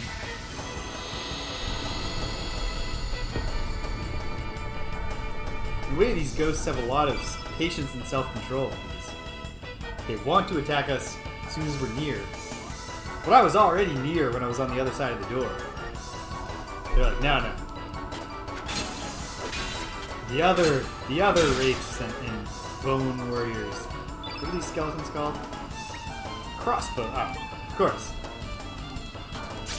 That makes sense. That's good enemy naming.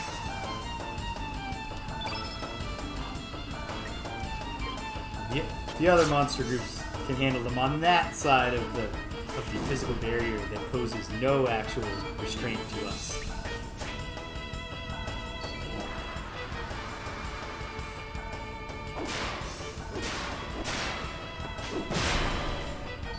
Yeah, I have not, like, I haven't had nearly enough time to dig in on it. Just because, for one thing, I'm just streaming a ton this vacation, and then trying to also do things like get exercise, enjoy the summer, finish my book,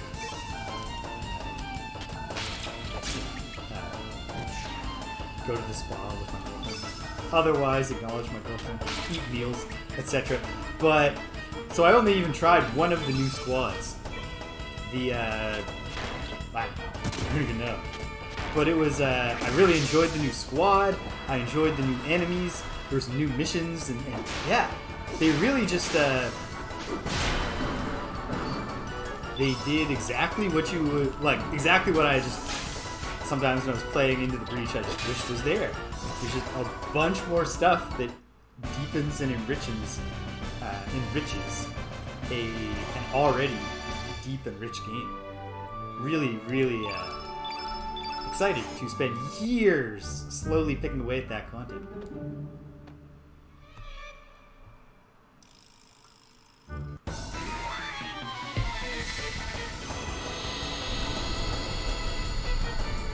And I'm really interested to know how like a strategy like that works out for them in terms of... Nice. What are the ones that you try? Perhaps it'll jog my memory. I'll be like, I tried that one.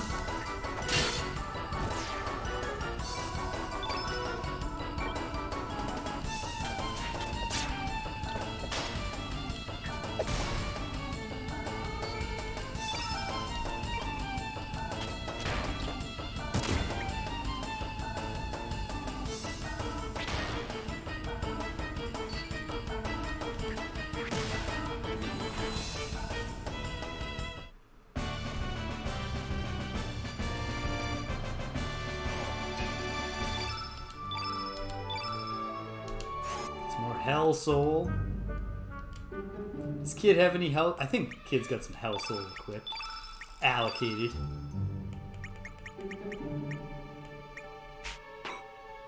Yeah, she does.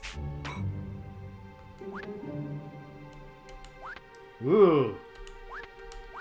Sounds like a good mechanic. Because they had the volatile whatevers in the base, but they had to heal the conventional way.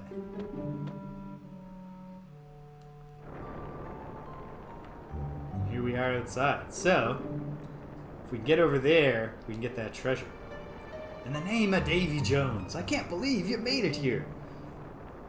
How much do you know about the situation inside, man? Because all we did that you know we did was just go ask the guy for the key. It's quite impressive, ladies. Would you like some of my homemade vitamin drink? Let's take a shot on this. This doesn't seem like a good idea, but you gotta try new things. Good. Drink up. Hey! I don't think we had any, but still. Ah! Good, ain't it?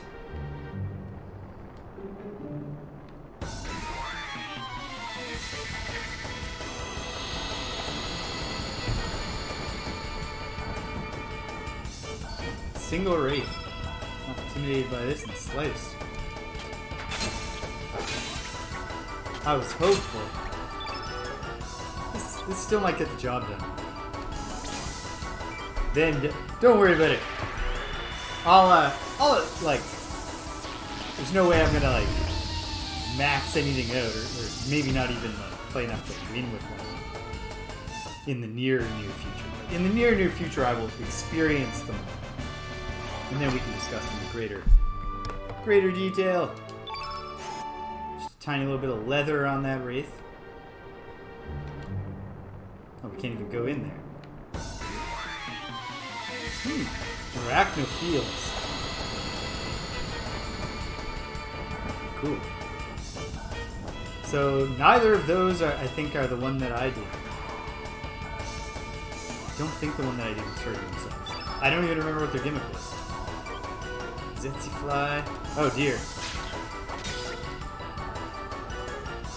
I mean, that's one of the great joys of Into the Breach. Manipulating the battlefield. These Zetsy Flies are good at dodging. I think I might get more kills with the swap mech than with mechs that actually do attacks. It's so satisfying.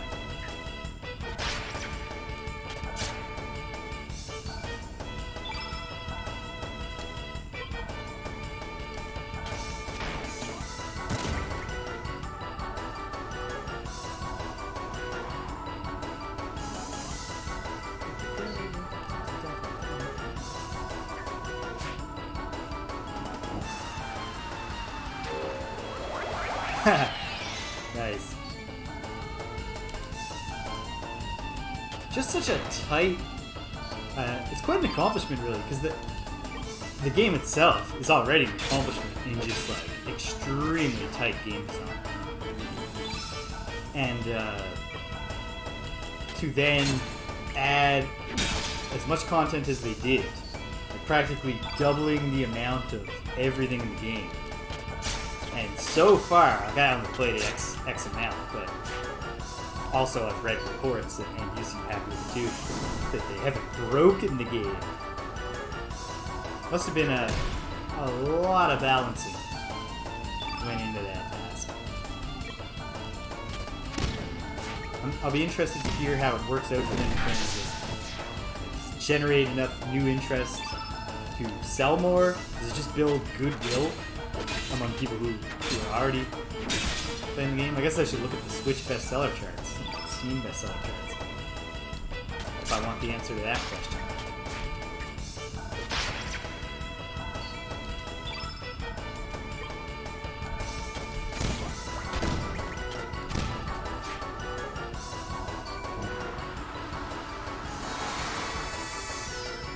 Anti-white. Well. White elements only unusable by kid. That's not really a huge problem for us. But nice try. Was hoping that would happen. And then we'll unleash Photon Beam +1. Soften this guy up and Greco and Kid finish it off. Whoa. Real serious finger pointing there.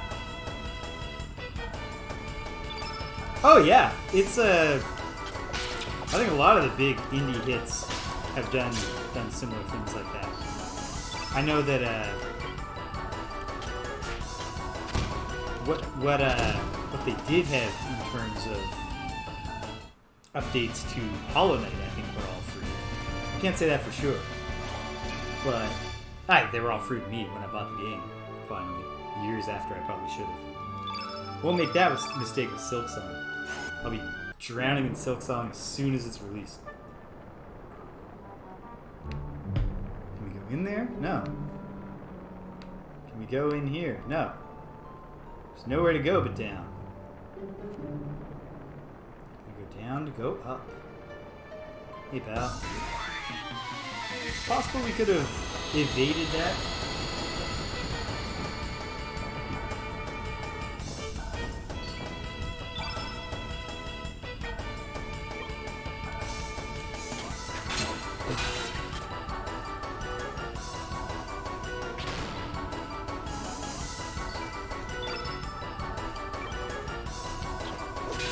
Tomorrow afternoon, or back, Chrono Cross. I gotta give it some thought to the logistics and make sure that Danielle is cool with it. But if all works out, I'm gonna try to go real long tomorrow, because that'll be my last Chrono Cross stream of my vacation. And until school year starts, I can still just keep pushing ahead on Wednesday afternoons. I would really like to get it out of the way by the time the school year is back. Try to have a more manageable roster of Let's Plays going. We'll see what happens.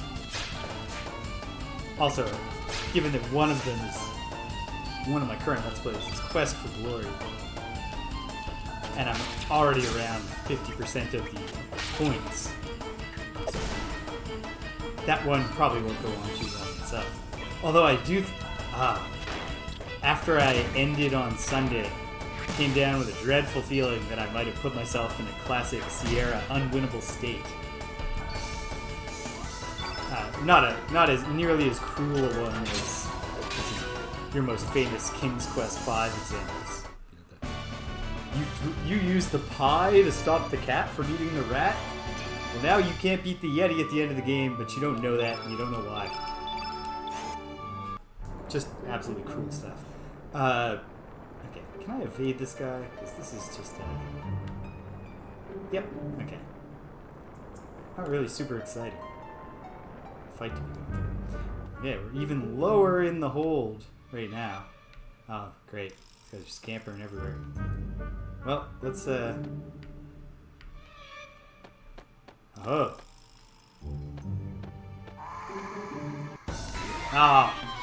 Might have actually been able to avoid that one if I had frozen in awe and let it get me.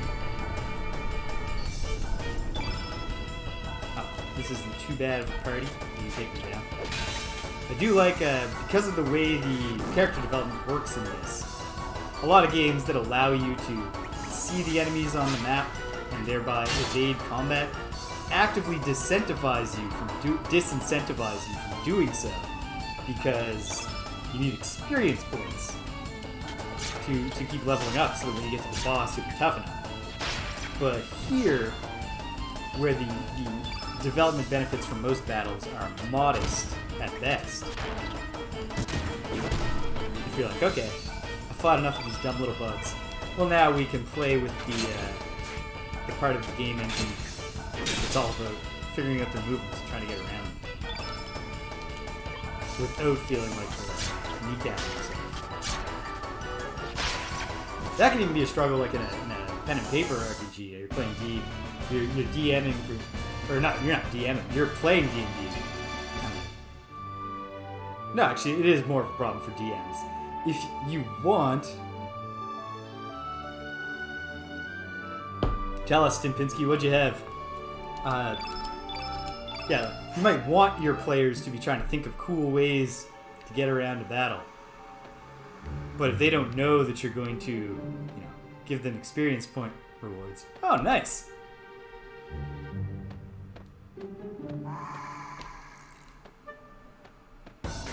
Okay, the wraiths are kind of, you can get past them. They're going to chase you. They're not like the deadbeat bug guys who are just going to keep on keeping on. What are you drinking then, Stimpinski? Beer? Is that a fair bet?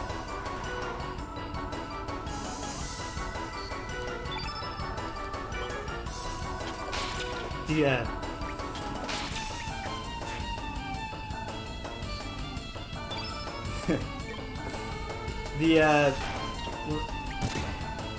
am I trying to say? You know what? Let me finish. Aha. Is non-alcoholic your go-to, Stimpinski, or is that just a today thing?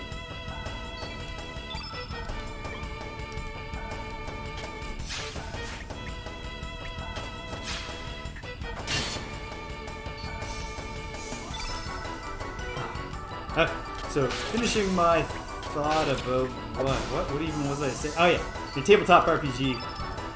Oh, I did finish that thought. They can just, if your players don't know. Ah, yes. Well, very mature and wise of you then, because it is. I'm better at it now. There were many years in my life where I was surely aware that my stomach did not appreciate it when I drank coffee in the afternoon. But it was only like earlier this year, or maybe last year, that I was like, you know what? I should be drinking tea when I want a hot beverage. Alright, scored a capsule there. Can we keep evading this little dude? We can. But I want to chase that little weird dude. Graviton. What's that? Graviton. Is it an element?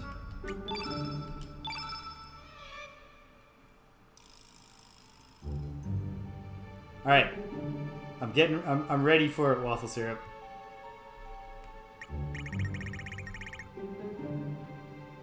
Better TTV emotes. Okay. So what does that accomplish for me, waffle syrup? Something related to emotes, I gather. Better TTV emotes. Yeah, these are my pushing forward on a big rush of minor stream improvements and get the Discord ready. Gotta get all this stuff done by the end of vacation. I would like to not be thinking about it anymore. So this is the perfect time to be telling. Okay. Oh, so yes. Ah, cool. Yeah, I might as well do that. Although I do certainly like doing, mediocre pixel art. Oh, I shouldn't be so hard on myself. Some of my pixel art is cute. Yeah, fireball +2. Sorry, pal. There's no way you're more powerful than Graviton. Ah, okay, now I see what prompted Waffle Syrup to think of that. Now I'm with you. And now I'm reminded of what I was about to say. The Nordic Spa that we went to on Monday is a new place. Like several of the things, like even on the spa map, just have an under construction sign and say coming soon. There's ongoing construction. Very new place. It was great. Quite enjoying it. Quite enjoyed our time there. Aha. Where's the little guy? Oh. He didn't actually go through there. I see him.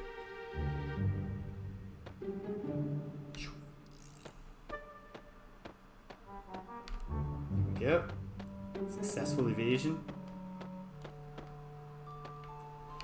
And so one of the nice features they have is there's a QR code you can scan at pretty much any station that allows you to make menu orders on your phone, and then they'll bring it to wherever you are, and you can just continue relaxing. You know, they'll bring you a beer in the hot tub. But because it's a new place, at every different station, there's a trash can and no recycling. Even in the actual like the food yurt where you just go and like have your lunch or whatever. The garbage can. Oh, I'm sorry, Pip. The garbage can, even the trash can in the food yurt, just has a sign on it, has a notice on it that says, "Please just take your recyclables to the counter," which was such an odd policy that even the person at the counter seemed a little confused that people kept bringing her recyclables. So then when you're leaving at the end of the day, because it's a new place, they're like, "Did you enjoy yourself? Do you have any suggestions?" And they have a big book they're taking them down in. And I was like, well, recycling bins would probably, like, you know, I carried an empty beer can around with me for like 2 hours because I didn't want to go up to the food yurt. And they just, like, as soon as I said it, she just had this look. Not, she didn't roll her eyes like I just did, but she just had this look of like, yeah, like probably she just ought to be, instead of noting these down, just making tick marks, because I think everybody is saying it. Why do you keep approaching me? Can't you see I'm hiding? Yeah, but that's what made me really want to... You want to know why I'm here? I'm a stowaway. I wanted desperately to see the sea. When I woke up, there were monsters all over the place. It really scared me. Anyway, I want to see the world because all my life I've been locked up in a lab. Oh, locked up in a lab. Can you broaden my view of the world? Yeah, sure. Yeah. Come along. Thank you very much. Here we go. Glorious. We'll call this one Pip. Probably not slotting him into the party just yet. An innate white. Come on. Is there no innate green or yellow who wants to join our team?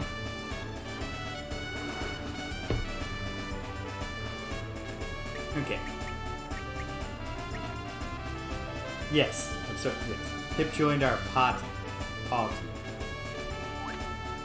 Joined our party. Alright. Great. I'm glad I put in the effort to follow Pip to a handful of locations and press the context button.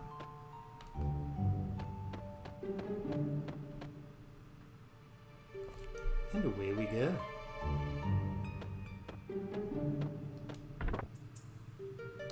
Another photon beam. Excellent.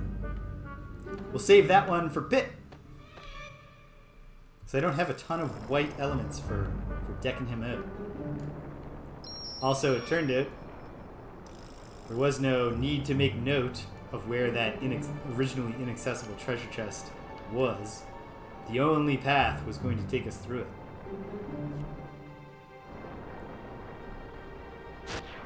And we're above deck. Aye aye. Oh, he's not trying to say aye aye. Aye. Just in time, mateys. Look out. Well, it's not some big ghost. You can tell just by the musical cues. It can just be regular enemies. For now. Let's get down to business. Aw, man, come on. Can't you see I'm getting a combo here on your guy? Kind of rude. Interrupt that. Nah. Don't take the low percentage chance on the Setsy flies because they are good at dodging.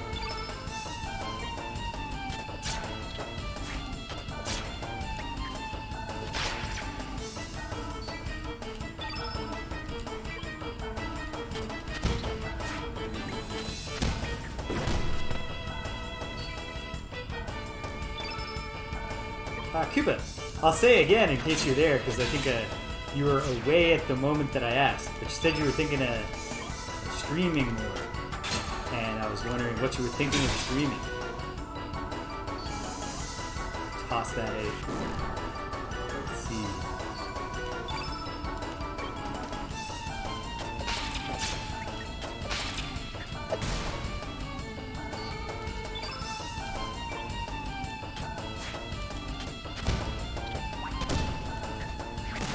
Oh yeah, we're done with the double overhand chop, the Keith lead chop. Another great success. There are too many of them. Arr, you call yourselves sea dogs. Show some spirit. Huh? Captain, look out, Captain!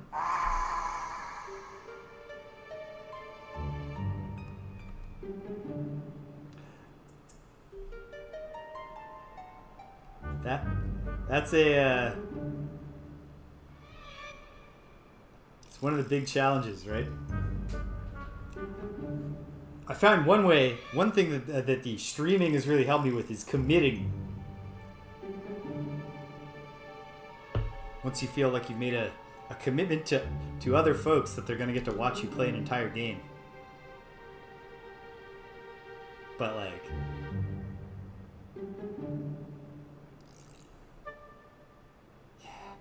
so many friggin' games. Damn! Mateys! Go help the captain! We're on it.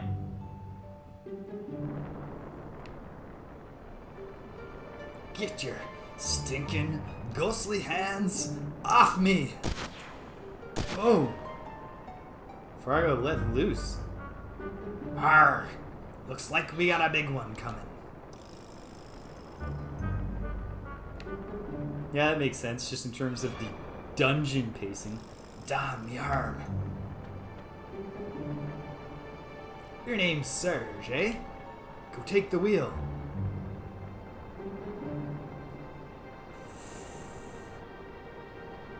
I feel like Radical Dreamer's Serge would protest he's never done it before, but this Serge is bolder. He's going for it. I'm counting on ya. Also, I don't imagine that choice would actually affect what happened here. Maybe we get Kid to kick him in the guts again. Keep your heads high, mateys. Don't forget, we be pirates aboard the SS Invincible. Oh, well, jeez. That's a lot of pressure. You got a serious reputation to live up to. And you've named your ship the Invincible. Tempting the gods. Man your stations. It's time to show these monsters what we're made of. Aye, aye, Captain. Serge, keep your head high. They're coming. Maybe you could take the wheel since you're wounded and we'll do the fight. I mean, Serge is going to do the fight, but... Oh no. This is not just a fight against a swarm of deadbeats.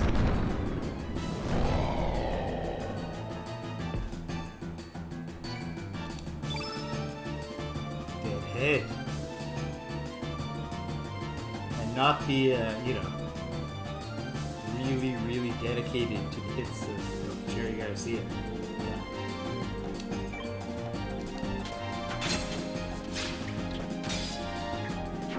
A much worse guy, I should say. The worse the other kind of death it's going to do to you is just rapturously talk about it. A guitar solo for a bit too long. Show you it on the CD, but then tell you you can't appreciate it if you're not seeing it live. Okay. Do we have to listen to it on the CD then? And Greco is cursed. What does that mean?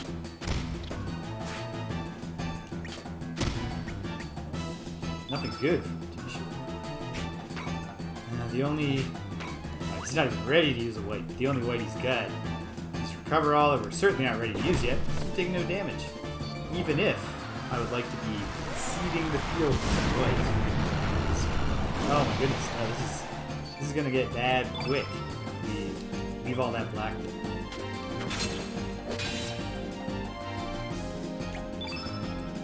So let's... What do I got that's a lower level white? Just my level 1 photon ray. So for now we're just trying to control the field. Set the stage for the big photon beam attack. Oh, this dude uses his elemental attacks quite frequently, which is going to interfere with that objective. Really should have. What? It was not difficult to foresee that the boss of this segment would be innate dark. Why did I not, prepare with more? Oh my goodness. Greco is just he's a herding unit.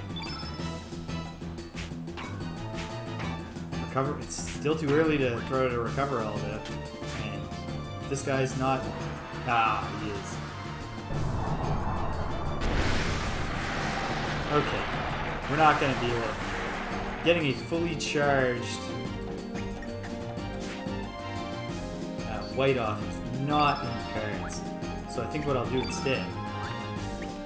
Now, meteorite plus. No, let's do a dash and slash.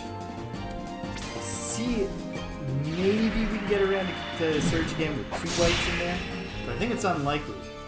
So I'm going to try it once. At the end of this round, if we haven't set Surge up for that, I think what I want to do is just focus more on just, this guy's doing too much. So more than anything, I want to just be tossing out elements. Still not hurt enough to justify Greco doing really much of anything.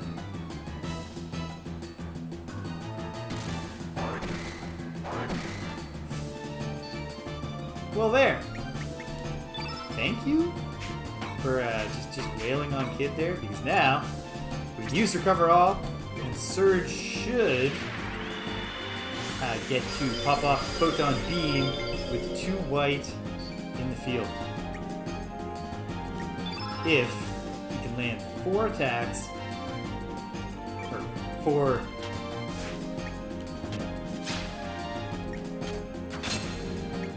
Land this, and the thing doesn't interrupt him, you can do it. Well, this is the moment. The most powerful photon beam we can hit.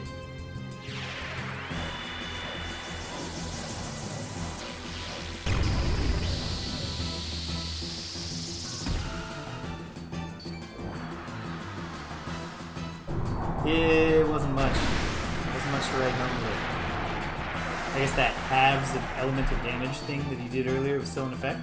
Okay, that was good for the team. I don't think it's likely, but we'll try to leave the field alone. Let's see if we can. Yeah, we can. That was not working. It's Kid himself. Oh no. Okay. Kid's alright though. Alright. I think it's time to just focus on not letting him control the elemental situation.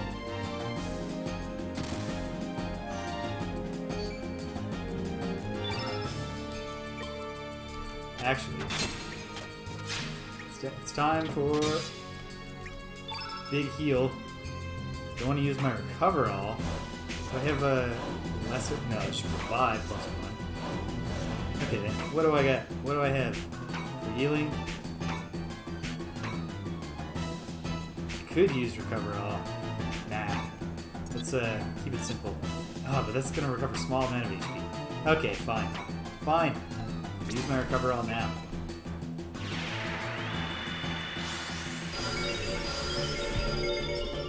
That's the way it's gotta be. At least it was a big heal. And now Kid can, let's see how red we can make things. Don't try Pilfer. If we can get around the Kid with some red in the field, I'll try Pilfer. Not sure if the... It doesn't seem super likely this thing would have anything to steal to begin with. And up. We've got it on the ropes.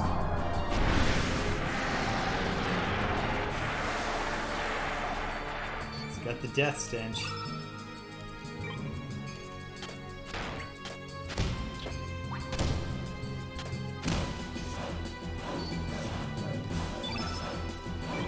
is it, Surge. No, it's not. This is it, kid. Oh no! Surge is an imbecile. Alright, kid. This could be it. Fire Pillar +1. Only one red in the field. Obviously starting out weak to red, but it's on its last legs.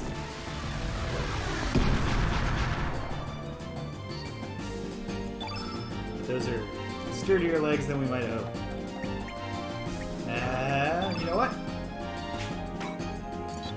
Killing a ghost fish monster with a big lariat would be fun.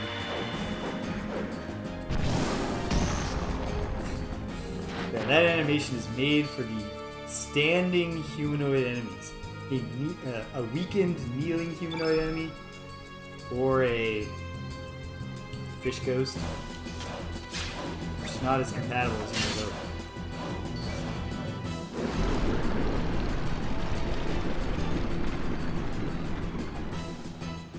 A unique death animation. Or yeah, great. Felt like I was tempting the fates and like calling down a second form on my head there. Here we go. Ooh, level 5 slots. That's exciting. Do we even have level 5 elements yet? I don't believe I've seen one. Alright. Looks like the sea's back to normal. You said you were heading to Fort Dragonia to go after Viper and his men. Let me give you some advice. Mount Pyre is a fiery hell.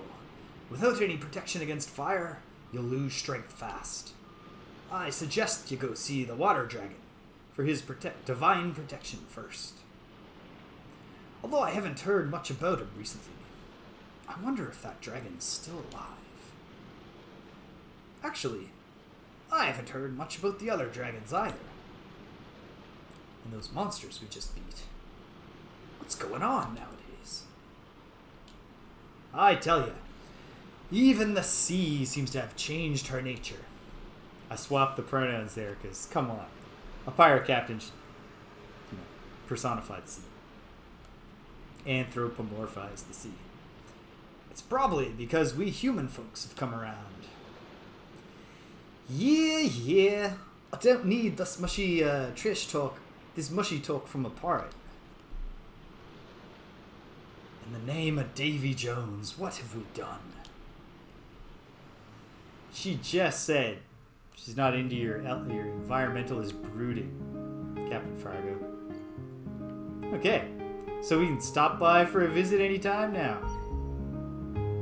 Unless, of course, he sails his ship somewhere else. Which I suppose is a power he probably has. Throw down a save. On we go. Oh no, before we go on, let's just take a look here. Ooh. Covers all status effects, not just the white ones. Every single one of them. Not a photon beam, but we'll save that. So, yeah, not really any level 5 options that I can see.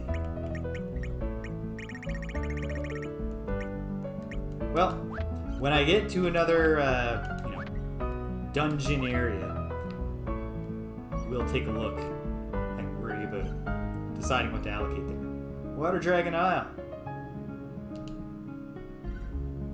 Yeah, let's stay on task at this stage.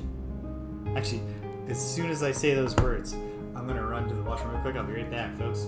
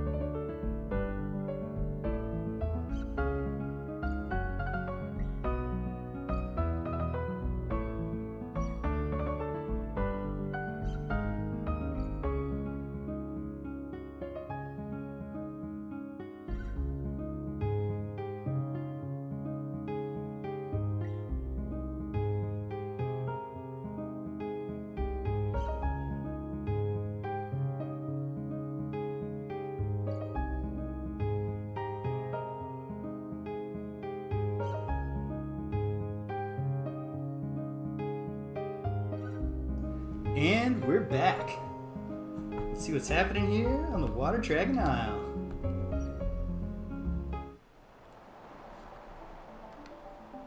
Oh.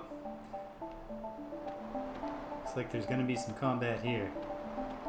But probably not combat that requires me right now to engage with figuring out what to do with my level 5 slots. So I'll hang tight on that. It's hard to believe, but according to the fairies here, the legendary Dragon God really exists. That thick wall of ice blocking the entrance to the underground cavern proves it. I don't know about proves it. Is a point in favor of the hypothesis. El Nido sure is full of mysteries. Yup.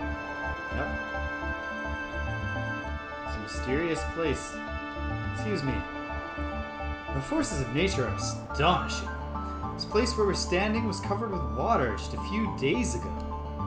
Now it's dry due to the unusual weather we've been having lately. It's not a pretty sight. Doesn't look terrible.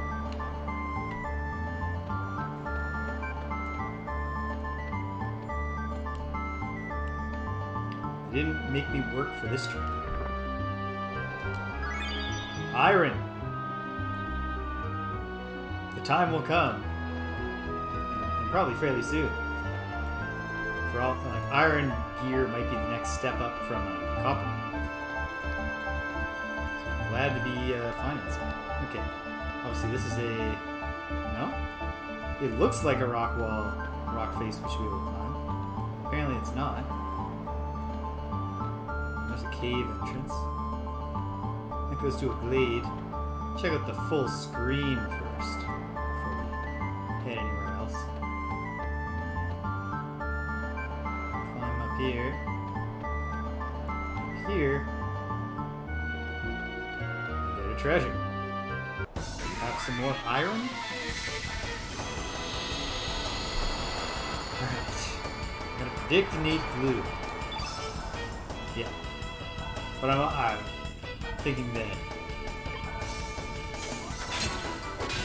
Oh!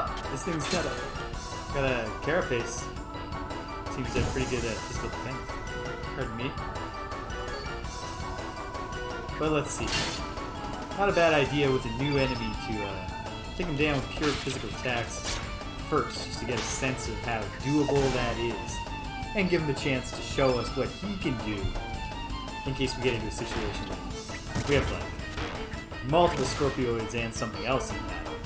And we're concerned with tactics.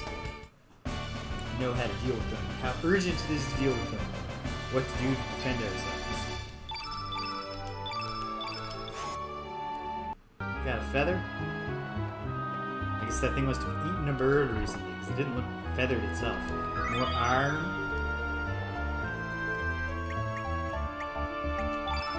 Let me just take a look at how am I doing for iron? Oh, we've got 9! Once the blacksmiths are ready to craft us iron gear, we'll be in... Oh, but the party's so much bigger now. I was going to say, it'll be much easier to get us equipped than it has been with copper. But no, that is not the actual logic that governs this. It's getting harder and harder to adequately equip the party every time some friendly stranger wants to fight alongside us. Which I gotta figure Fargo will also do at some point. No, did I just miss the contact point? No. Just a wall that absolutely looks like... Oh, there's the wall. Look at his hand grips, but it doesn't. Nothing up here but an NPC. But NPCs are a vital source of both world-building flavor and information. As of late, everyone's talking about the existence of dragons. We adventurers have been researching it for a while now, though. Oh yeah? And? Nope. Okay. Jeez. Thanks for alluding to useful information that you might have to share. If only this was Ultimate, I could spam a few of his keywords at him. Get really frustrated when he says, I don't know what research is.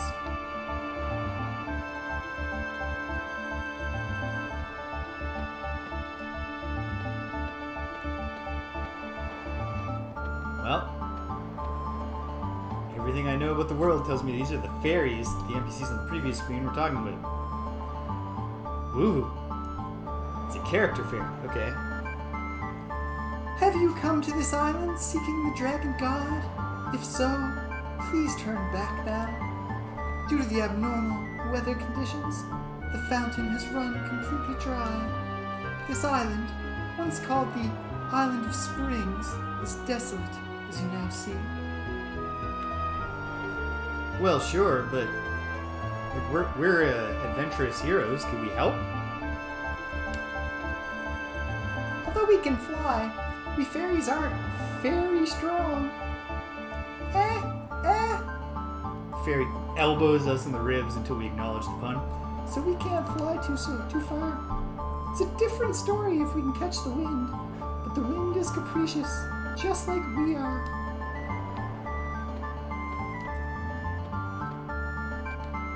Capricious is an odd self-descriptor. Seems like the kind of thing that if you know you're capricious, you should work on it. Work on being consistent and straightforward. We fairies... No, this one is a deep voice for no... We fairies are born from the morning dewdrops of an aged tree. The large tree that stands in the center is like our fairy godmother. That, really dead-looking tree in the center of this screen? Or like a less dead tree somewhere further up? Let's test the hand grips and see where we can climb to. We're directly disobeying the request of Rosetta, the most important fairy. We assume, because she has a portrait. This one just speaks in my regular voice. The mist of the sea is an invitation to the dark, embracing the abyssal darkness, where the lost soul...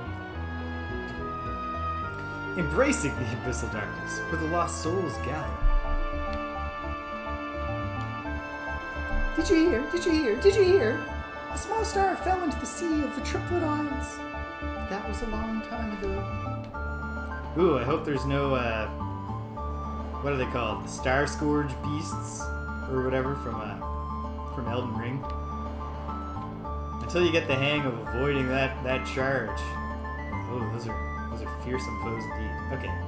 If that is something I can pass through, I don't want to pass through until I've glanced at everything else. These hand grips are taking me up here, but can I leap? Context. Exploring. Nope. Okay. There's nothing left to do but to go to the magic barrier. Wall of glass. Strict light effect that gives off the impression of solidity. No, it's solid. Alright, it's ice. We talked about that. Okay. So, Rosetta, do you have a second dialogue? The water dragon once reigned over this island, but that was long ago. The entrance to the underground caverns has now been completely sealed, and it is impossible to enter. And that's it. Okay. It's completely sealed. Alright. Classic, oh hey. A well-concealed treasure chest. More iron. So this is a classic RPG quest structure where we started with the simple goal of coming here, and now that's assigning us a different goal because we got to figure out how to melt that ice. We've got a breadcrumb about where a star fell, but I should read that text. Excuse me. Oh! That's sad. So there's a lost fairy. Oh no. But was that the same? No, because that fairy's... Okay. Which fairy told me about the star? Was it one of the ones up here? Or can I just never read that dialogue over again?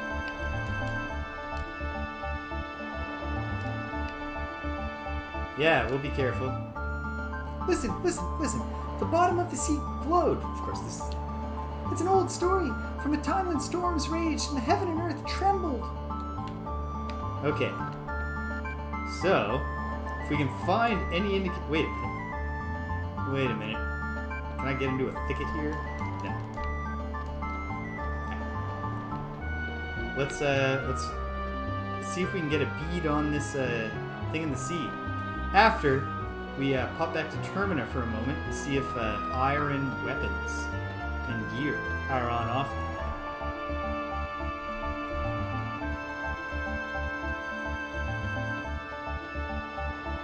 Wait a minute. We're not done here.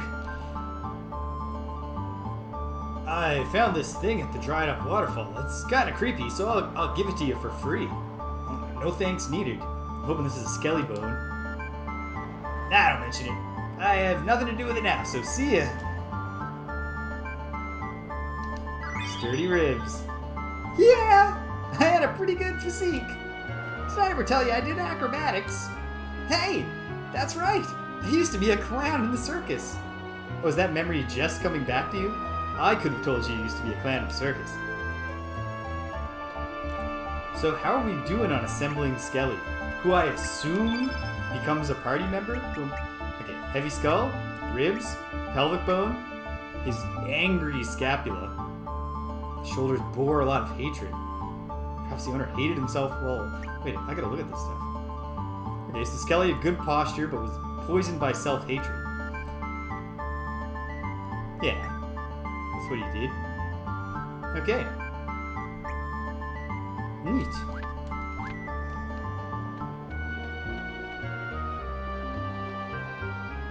Well, glad we did that. If I just never realized how I could go up to that NPC and thus broke the put Skelly back together quest chain forever, that would be sad. Okay, let's go investigate the sea. After going to Termina.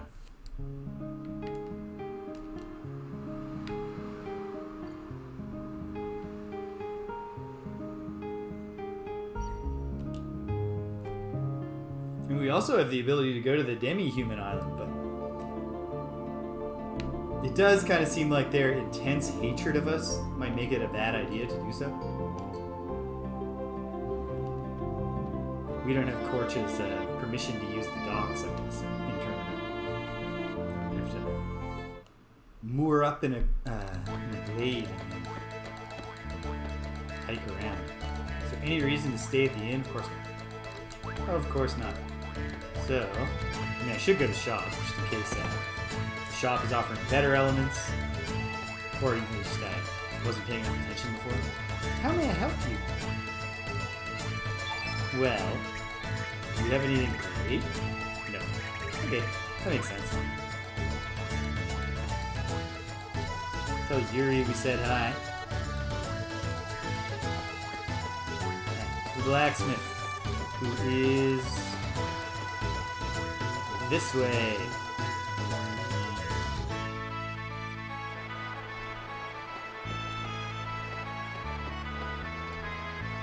Nikki, looking stunning on that poster.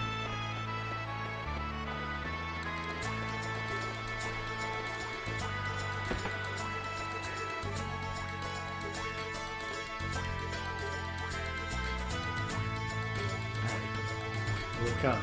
Welcome! This here is the official blacksmith of the Fort Dragonia. We carry only the best goods. Come and take a look. But is iron on the menu? It is. How much iron do we need? Only one. We also need feathers for some reason, but we did get some feathers. Okay. I mean, Surge is our big dude, our heavy hitter. We are loaded with gold, so that part of the fine. Not yet. Probably I'll do it, because I probably have enough iron to do most of what I want to do. But it does seem like I want to maximize the iron that will apply to the people I'm using. I don't even have a swordsman yet. Another reason that I suspect Glenn will join the team at some point. An iron pick. That would not actually be good for you. You'd be breaking your strings all the time. So we're not going to get it for you. No, it's a maybe. What is pick equip?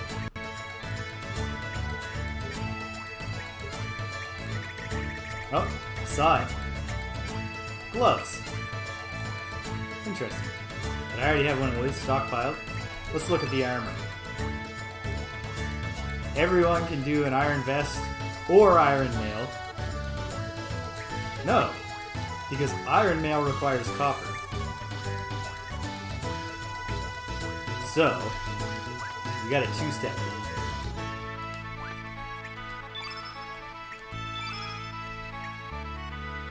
We will... Oh, but it's not going to let me disassemble it while it's equipped, is it? Of course not. Did you know about this? There's an amazing material called rainbow. It can be smithed into very fine items. When we were young, we went out to search for it ourselves, but we never found it. We stopped searching when Karsh was born. Children are far more valuable than any treasure. But that mine hasn't been shut down yet. Who knows when he might yell out, but he's going back on his search. Oh, I hadn't picked up if it had been declared to me previously that they were Karsh's parents. No, can't unequip. So we have limited capacity for removing the copper mail. So let's remove at least the main party's copper mail for the moment.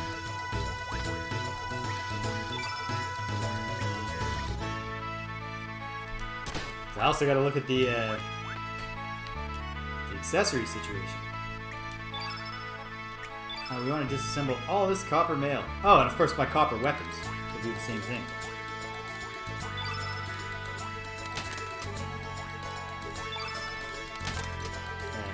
This would benefit from a how many option. Fair enough. Okay. Up. Now, make the iron mail.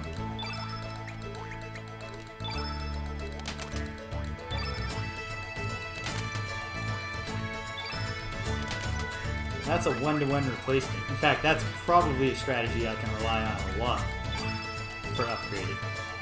Just to get rid of what I was wearing in favor of what I'd like to be wearing.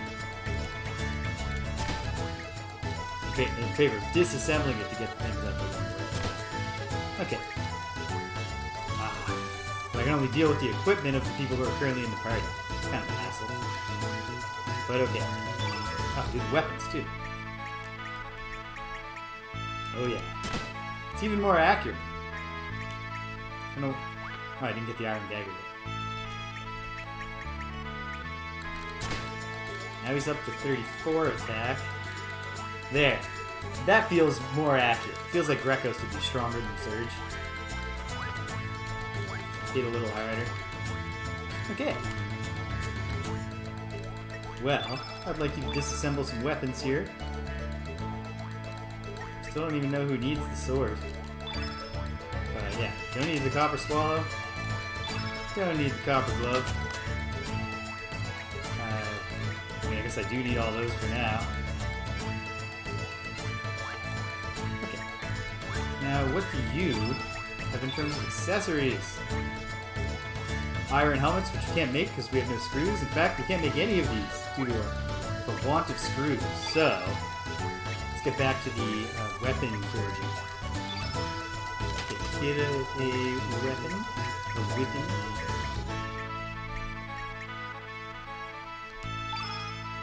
Yeah. Forge ahead. Equipping various members of the team here.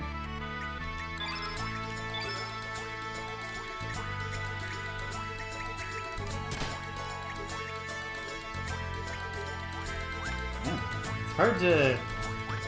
The game does have a surprising amount of scarcity going on with accessories. such that I have open slots on main party members, so I've had right from day one. I can't do anything. Let's disassemble that copper dagger, and then let's look at what else I have to disassemble in the other options and see if anything,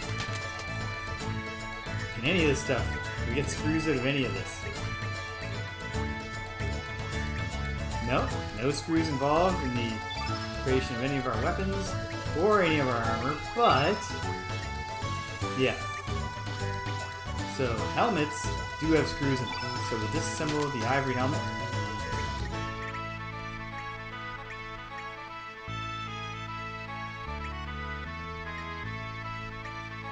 And for a chance, we'll also wind up doing that to the copper helmets. Okay, now we'll forge one iron helmet. We're almost out of iron. So pretty soon, a load of options to keep upgrading the team. Who has the lowest defense? I'm not surprised to learn that it's Kid. So Kid, you go up to an iron helmet. And then that'll allow Greco to go up to a copper helmet.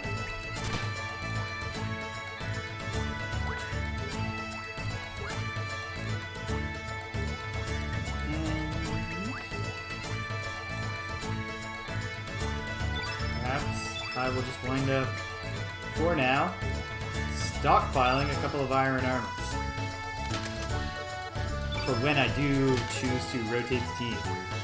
The weapons, they went all out to many different classes of weapons that are, at least some of them seem pure to a single character, and then obviously gloves at least, more than one of our recruitable allies can use. They did not, with weapons, there's like, there's vests and there's mail, and mail is always better than vest. Keeping it simple. Any new developments? Check in with the Goths. The Goths here.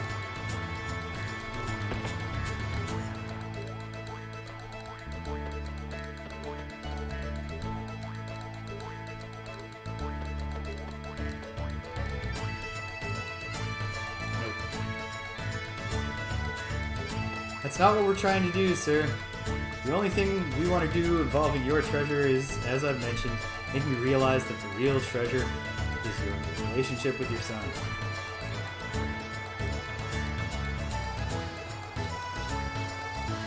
Surely your late wife did not, in her last moments, think, well, I hope my husband, really doubles down on getting rich.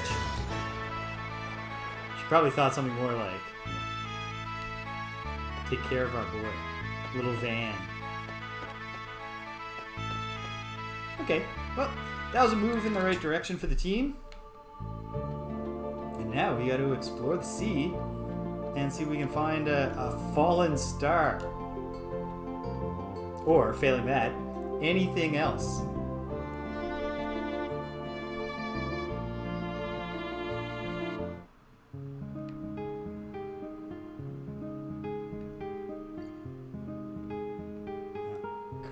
Stops me from going up there.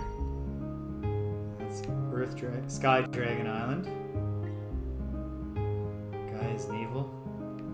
Those are waterfalls, not glowing stars that have fallen into the sea. Oh hey, the El Nido Triangle. Probably shouldn't sail into that just yet, although what if that's where long ago the star fell? The Sea of Eden. Can't go there yet. We can go to the shores of Marbule. Again, we've been primed to expect the demi-humans not to want us to show up. And yet, I don't know, might be intriguing. What if Radius has some new advice? That would be worth checking just because that would give me a sense of whether going back to talk to Radius frequently would be wise. The ground here is hot. Vegetation won't be able to grow here. Well, I mean, eventually the burned out tree will cool down. Anything new to say, Radius? No. He just wants to take care of yourself. Yeah, we're trying. We're doing our best.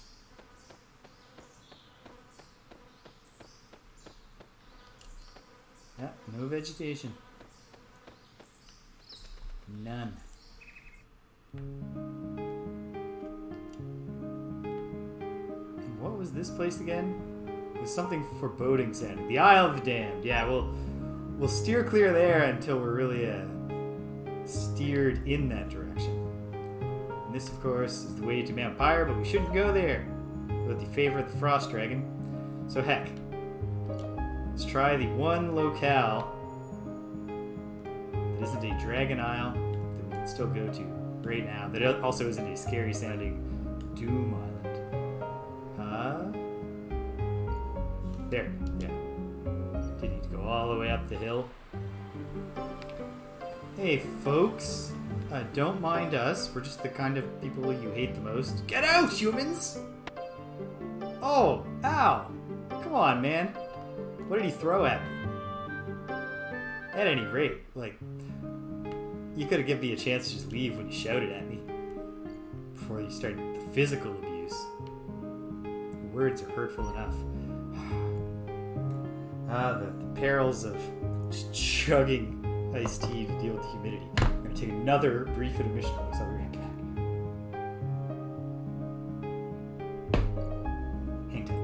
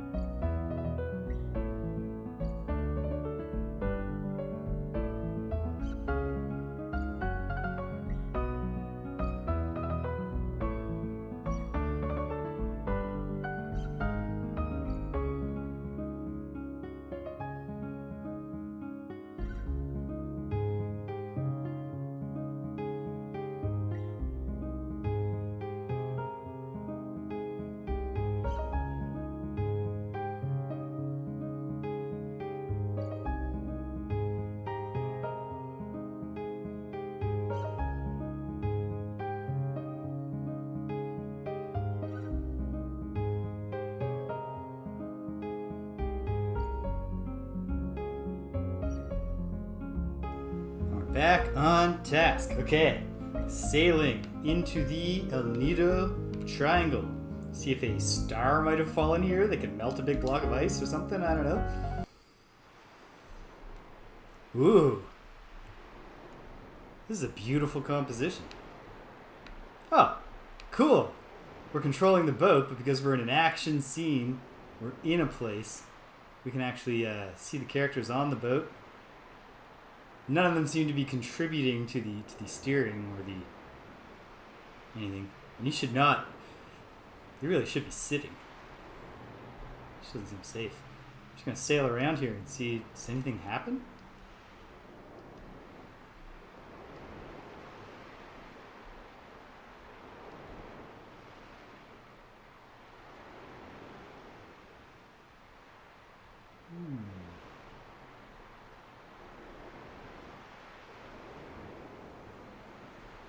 I don't see anything beneath the waves that's beckoning to me. The El Nido Triangle is a much more literal place than the Bermuda Triangle of our dimension. Like this triangle is based on connecting three very real physical points. Alright, well, I mean, maybe I missed something on the Water Dragon Isle, but I suppose it couldn't hurt to just poke around some of the other explorable areas. So, I already went to Sky Dragon Isle, right? But it was also a small place. And maybe, now that we're investigating Dragon Isles, there could be something different. It won't take long to find out one way or the other. You got any new dialogue? No, you don't. Who are the locals that consider it taboo? I'm in a way a local. Like a local from a different dimension. And Surge seems to feel okay with this place. Obviously, Kid wouldn't care about taboos. But, like, surely if there's a really big local taboo and it has, like, a religious valence, I would expect Greco to be actually quite concerned about that. Ooh, seabirds!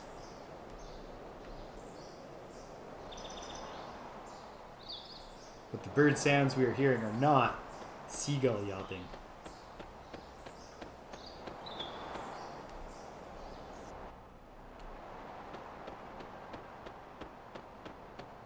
Alright.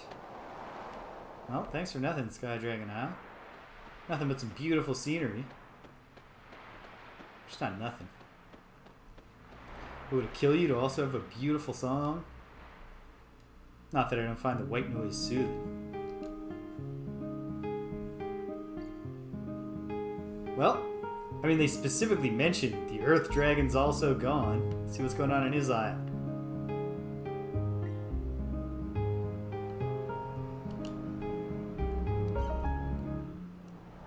Don't want to sound like a coward, but I will redouble my search of the Water Dragon Isle before we bite the bullet and go to the Isle of the Damned.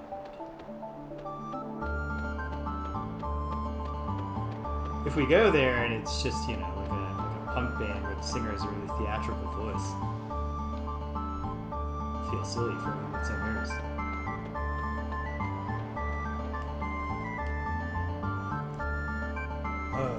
This big hole leads to an underground cavern. Some of our men are down there now. Oh yeah? What are they doing? You have a second piece of dialogue? Maybe worthwhile to check out. It's pretty incredible down there. Well, I'll think about that, but I want to talk to this other dude. We got a little hiking to do to get there. Hopefully that's not gonna... Oh. Less hiking than I thought. Excuse me.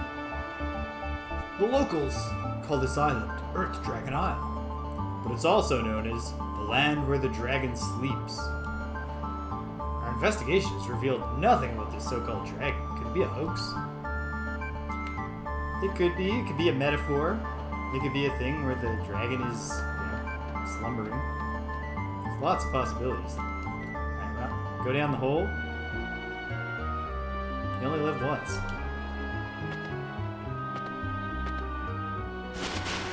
Woo! Well. Oh, great. I mean, hey, that's realistic. We all sprained our ankles. Going that far up and then just landing on solid rock. I would say, as a luchador, Greco should have been able to do a rolling bump and take no damage from that. But we can't expect the game to be perfectly realistic and everything. It's quite possible that the developers were more familiar with Japanese strong style wrestling. They knew what a luchador mask looks like.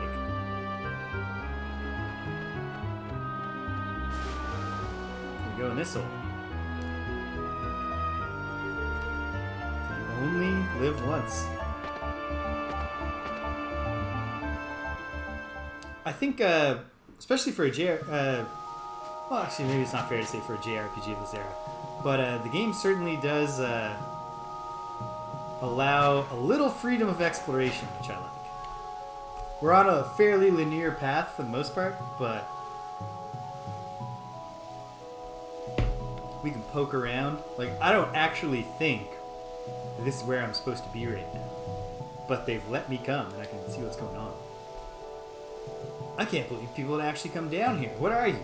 Just curious, or just stupid? Sorry. Just rude by nature. Don't let it bother you. Oh, great. Nothing people like more than a person who is rude and then goes like, but don't get offended. Could you just not be offensive? Could we work on that? Oh, good. Found a brace. We've obviously got some more sprained ankles in our future. There's no going back to try the left path without. That's probably our exit, so let's explore a little more thoroughly before we bust up our ankles. This thing is probably an enemy? Yeah. But it has a shovel like it's part of the excavation.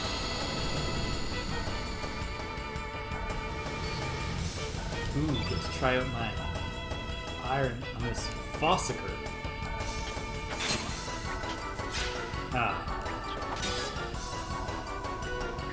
Just to bust out the new weapons. And of course we attack an enemy that either has very high defense or is just an enemy we actually should not be fighting at this stage. Kid does not have any green. I had her going with a Christmassy loadout. This doesn't hold.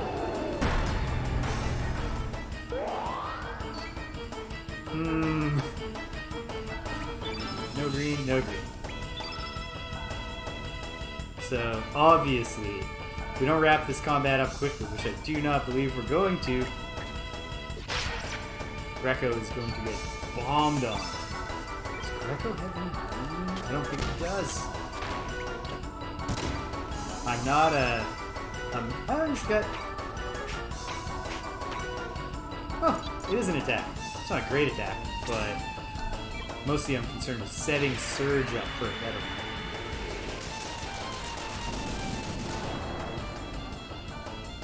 Okay. That wasn't great. But now... Oh. This doesn't really... It's not really that promising either. We're gonna find out soon how devastating this bomb is. That was a better hit at least. Thing is not leaning. Of course, I might have stumbled in here to combat that is above my pay grade since I'm off the beat. I mean, yeah, it's not like an absolutely devastating physical attack. Surge has nothing left in the tank in terms of good green attacks. He didn't have any good green to begin with. The Bush Badger -1. Go to war with the army you have. Huh? Wasn't bad. Ah, but now the field is all green.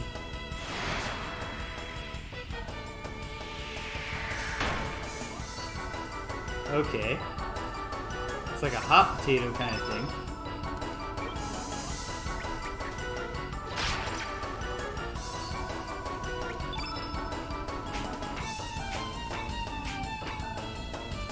Obviously, I've already used that.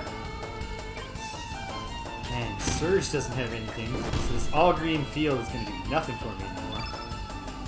I guess it's time to do something else. Not yellow, but otherwise just something else. Start with Meteorite, start seeing some white. May very well. If this bomb goes off, it might be time for Greco to bust at least recover all. I mean, he might just have to bust it anyways just to get us. Get some more white in there. Okay. Great. No. It's a great time for Greco to use recover all when his turn comes. This guy isn't really countering our efforts to seed the field.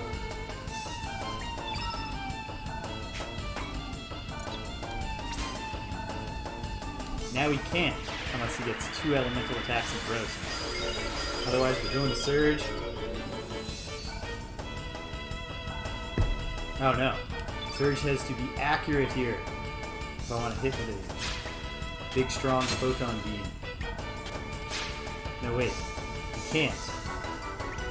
Arrgh. Oh, wait. And then I made the wrong call. I should have used one of my weaker ones to get a full white field ring. Oh, well. This thing is tough, but its intimidating bomb attack. Oh. I was about to say. Oh, okay. Well, that's about to go off, I would say. It can hot potato itself, but it's also slowly drawing closer. Odd to draw a fuse on the bomb and then not use the fuse to communicate the stuff. Okay. Dash and slash. That's probably not going to be that powerful on this guy, because I think there's still a physical element to those. This will triple up the white. As long as the bomb doesn't put yellow in there, then we'll be ready for a big old photon beam. You know what, kid? Cover up. I don't know if that's going to do anything. That's what we got.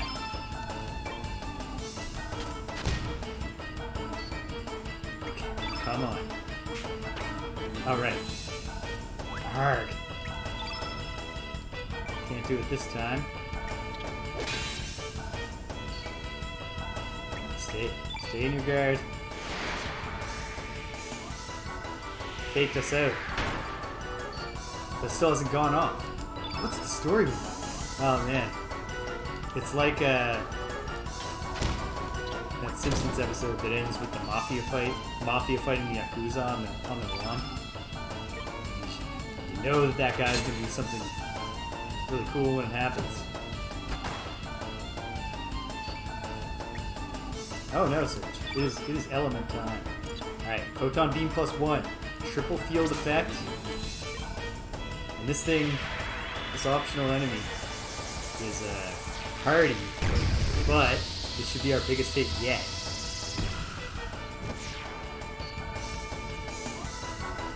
Can we attack the bomb? Oh, jeez.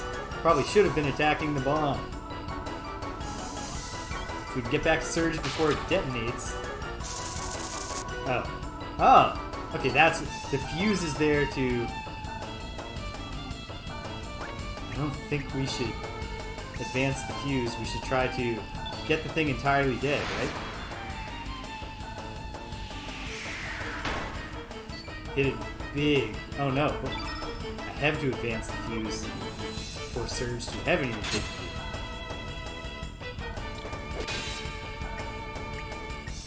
Okay, that didn't do anything to the thing. Let's try it. Try to dash and slash.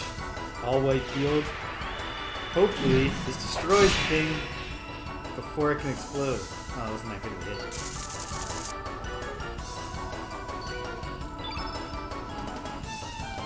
Nonetheless, Kid should not do anything that might advance that fuse. Should only do regular attacks to this thing in the service of charging up Surge's elemental strikes. Which were actually, okay, the weakest one. This probably isn't going to do anything I hope it to do. Let's see, let's see.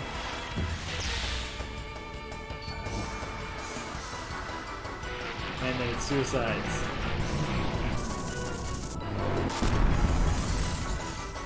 Alright. Okay, that wasn't so bad. You die 1,000 deaths before the bomb goes off, it doesn't kill you.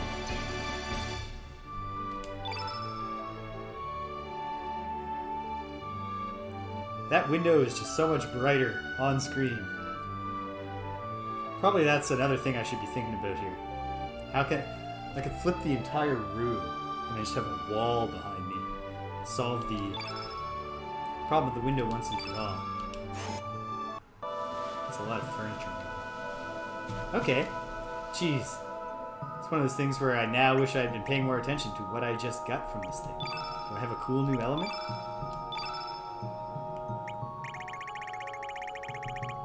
No. Yeah. I mean, I could put up a darker curtain. There are many, and you know, this is not a complete. Yeah, it's not great. It could be better. I'll figure it out, but I won't figure it out right now. Yeah, okay. Nothing great that I can see that I got out of that. Should have been paying more attention. Feel free in the chat if you noticed what I got. Okay. Well, there aren't a lot of options here. Is this just an exit? No. We're going deeper. There's Foskers all over the place, it looks like. Capsule.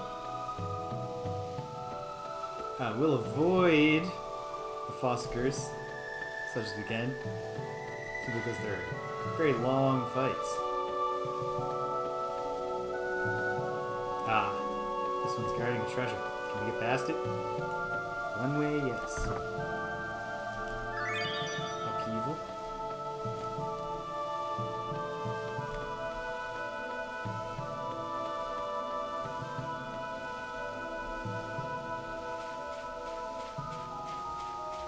So obviously, that hole is beckoning. Is there anything else that we want to do on this level that we can see? Oh, there's a place we'll put. Oh, I see what all this thing's going to do is spray me back up onto that platform so I can go to that door, right? That's my prediction anyway. Go down the hole. Oh.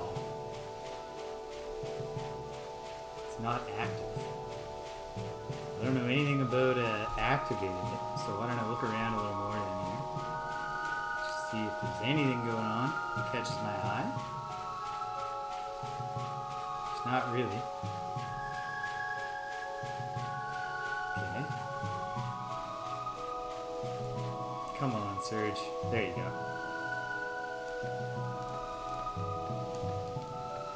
Can do anything with this? Nope. Where is it? Okay. I got a little time here.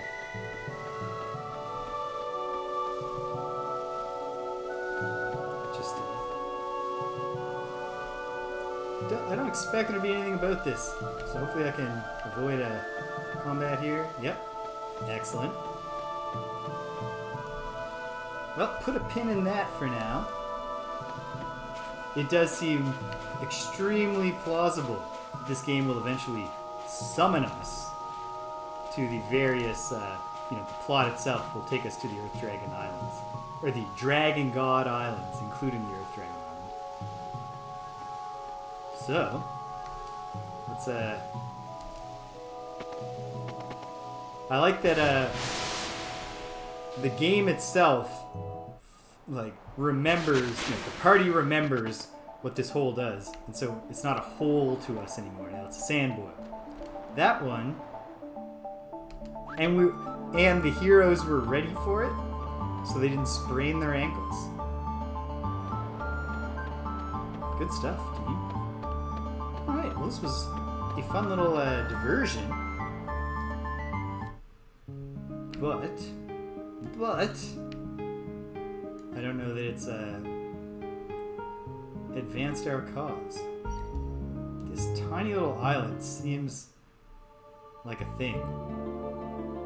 Ah, and perchance it is. Ooh, an unlabeled place.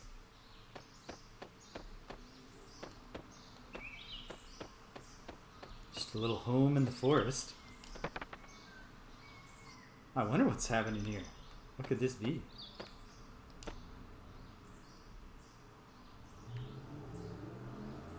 Okay, what brings you to a desolate place like this? It's more or less your fault that we demi-humans are condemned. Like mine personally? I'm not even from this dimension, man. Don't put that on me.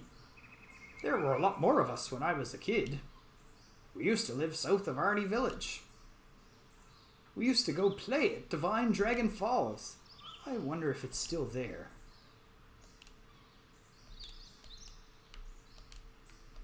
Okay, so for now, well, Divine Dragon Falls. That could be a relevant place to to our current predicament, or it could just be a seed for later. In fact, it's quite possible Divine Dragon Falls doesn't exist in this dimension anymore, and that later we'll have to find it in surges, you know, in world... Let's call this World A. Surges from World B.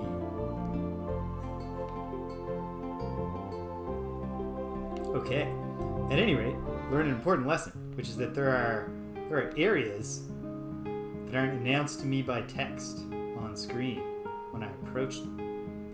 We go back to... I mean, maybe we report to Fargo and he's like, oh, I've got this salt. You know, I've got loads of rock salt stored up. We'll get that ice block out of your way. Where's the captain? His jaunty pirate theme. Probably the captain is not going to be up in the crow's nest. And in fact, he's not.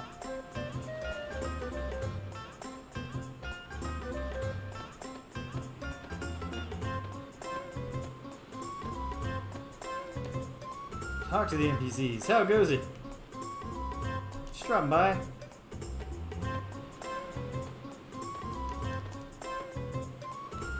Oh, perhaps the captain is in the captain's quarters. Perhaps we can get in there now.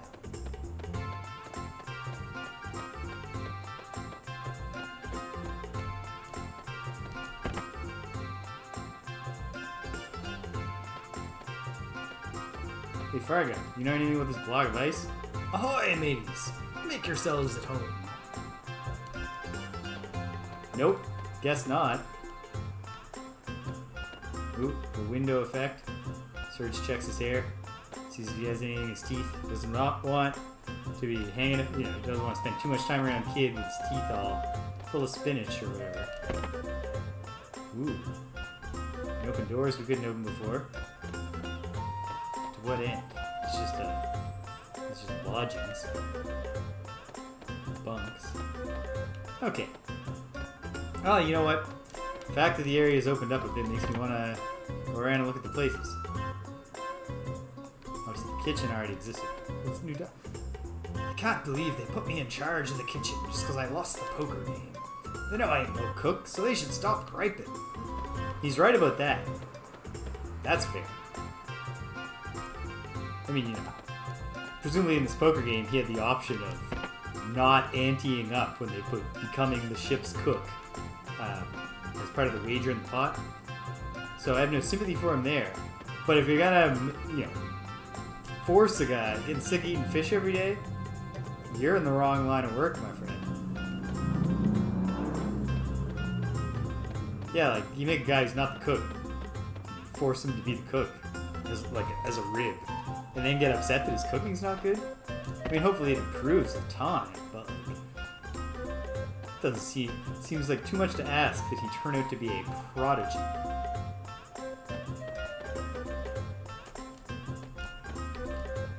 Yeah, pal. Yeah, I do got brawn. I'm a tough little young dude.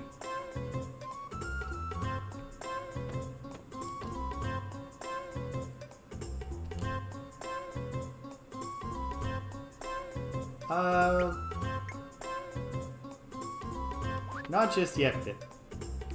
But in time. I'm bored. Don't worry, Pip. We will bring you along in time. I will cycle. Every party member will get at least a little segment at some point, but we just don't have that much spare white element to share with you. Okay, so every one of the locked areas was the exact same backdrop for a lodging room.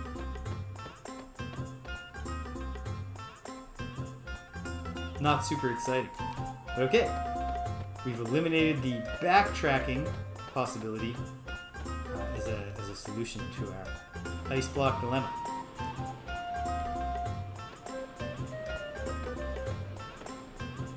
Unless this guy. Great, enjoy your peace and harmony. But we're gonna kick it on out of here. Oh no. It's not the right way. I think I gotta tell the guy I'm leaving to get out of here, huh?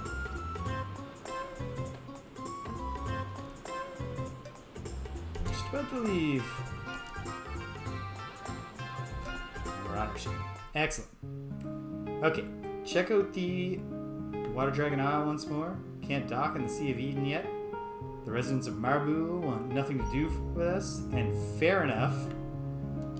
Not going to accuse them of reverse racism or anything. I think they have a, it seems entirely fair that they don't, they have their own little sanctuary and they don't want the humans mucking around it. I can respect that, even if, once again, Surge is not personally responsible for the treatment of the demi-humans. Nothing about Surge gives me the impression that he would join in some casual racism. I think you'd get a sad expression in those big old anime eyes of his. I'd like to think that none of the party members participate in anti-demi-human racism. I certainly hope that I never don't have to try to read a rant about demi-humans in the Surge voice. Okay, nothing new here.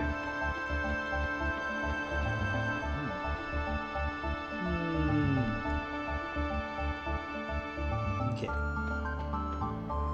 Well, there's the Isle of the Damned. And they're seeing if we can find this Divine Dragon Falls. So we're certainly not stymied by any means. Although I might not get to it today. Looking at the clock and listening to my own stomach. But we'll see. See what we can do here. The Isle of the Damned. Nice place to visit. You don't want to stay there, because then that means that you are damned. Okay.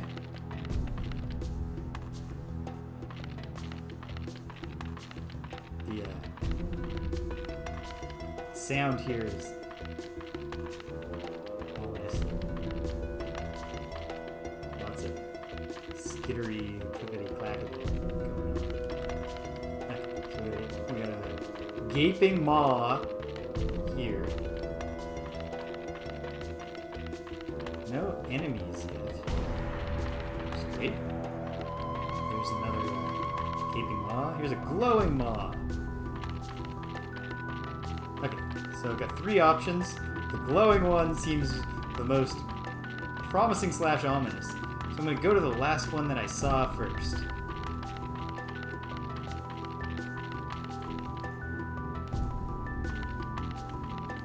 I like the...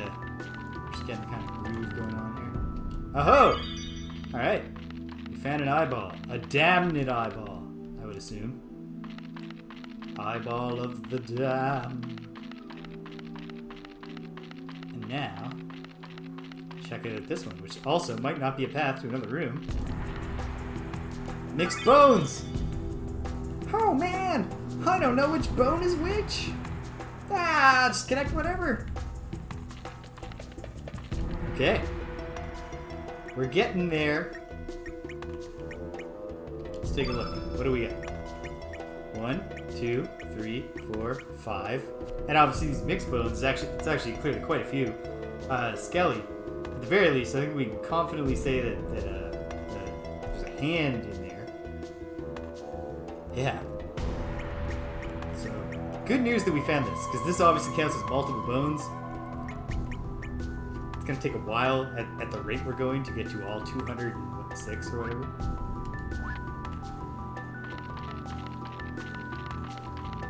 Okay. And now to the glowing maw, which probably does take us to another screen. If nothing else, these side-tracking journeys are doing Skelly good favors. Getting us closer to the day when we can check out his clown moves. Can we go in the water? We can. Oh. We can, but from any point on the shore. Excuse me, no, we didn't come here to fight. We're just exploring. Nope. No. They don't accept it. Ah. Wisps. Will-o-wisps. Ah, I don't think there's... I think there's an upgraded one of the same things we fought before. So, Surge. We'll get it started on this guy. What I really want him to do is go all out and blast this winged bone monster. The big old photon beam +1.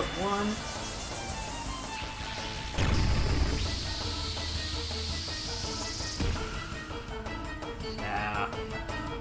That was underwhelming. These things are innate red. It's not optimal. Power dive. Nice. Okay. We should never have come to this place. We made a grave mistake.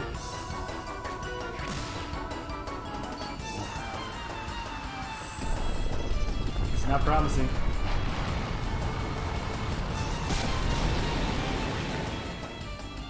Okay, okay. We can work with that. Oh no, Greco wasn't at full health coming into this. He's innate red. He can probably withstand this. Oh, ish. Oh, I've lost control. Surge is berserk. Okay, we're done. We're done and dusted.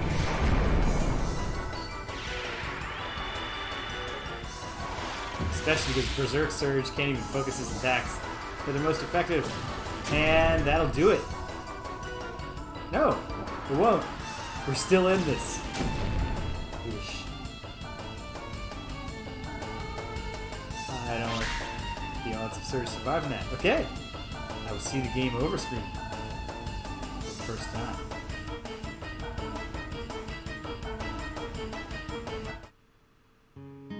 Ooh. Thus, the life force called Surge was not even allowed to be born into this world. Fate has no forgiveness for those who dare stand against it. I knew this game was going to have a bleak message in its game over screen. Okay, we've learned an important lesson about the Isle of the Damned. It's a bad place to visit. So, whew, thank goodness for the auto saves.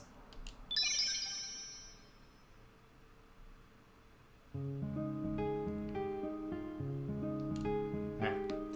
We'll come back to the Isle of the Damned for an instant and not into the section that has enemies. Just to grab those skelly bones.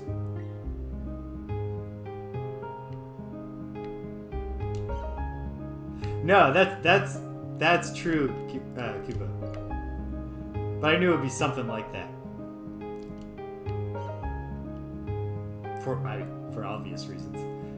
Not because I'm any great genius here.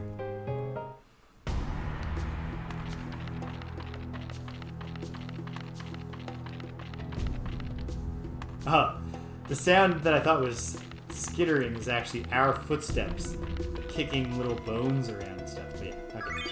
Let's grab Skelly's mixed bones.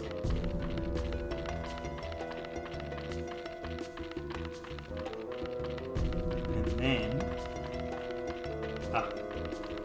go grab whatever that thing was. I don't even remember. But it was a material.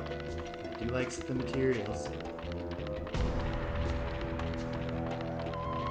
At this point, I'm feeling like the answer is one or two things. It's that I should actually just go to the Isle, the Water Dragon Isle, and keep messing around, figure it out.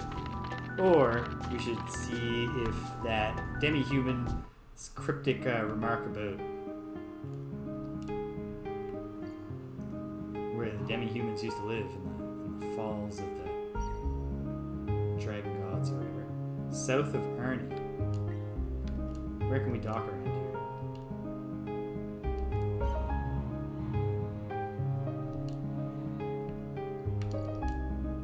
Perhaps only up here in this cove?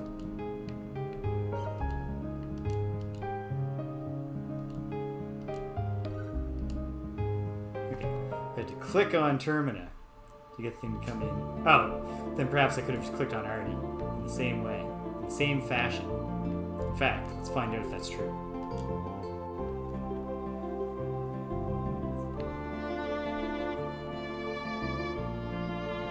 Sad to leave the map screen so quickly though, because I love that tune.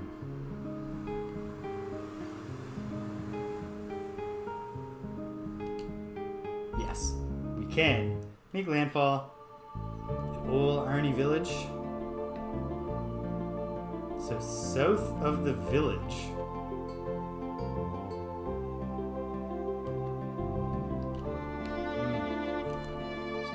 There's no direct south of the village, but what else is around here? The dead Hydra marshes. Which I'm curious about. Right now I don't feel like I feel a little warned off of bumbling into places that I can't that I'm not being directly told to go to yet, that are likely to contain foes. Hopefully the answer is not back in the original dimension. If I get desperate, I'll try that. But, okay. Failing that, is there somewhere south? Well, the Water Dragon Isle is south. If there was a waterfall there. Okay. Poke around here a little bit more. And then one way or another, it's about time for me to call it. But okay. It's not that time yet. So here I go. Just make sure that I've stuck my nose everywhere that my nose will fit. And use the context button to see if there's any cool place where I can make a jump from.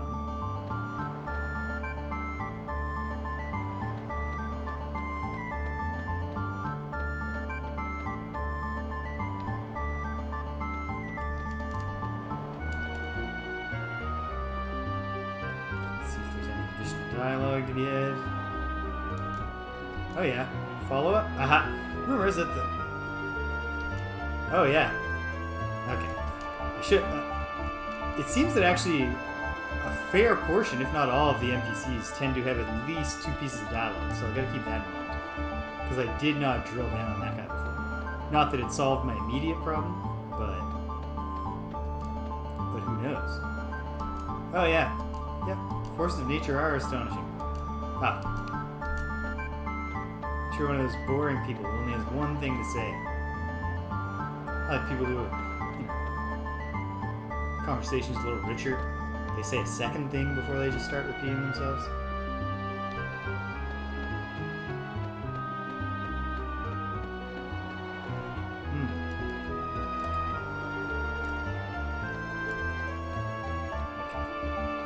Checking 2 conversations with each fairy.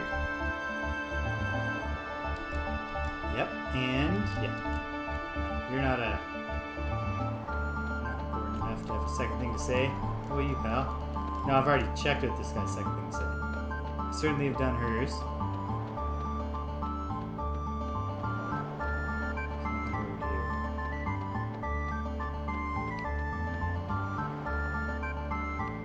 I understand.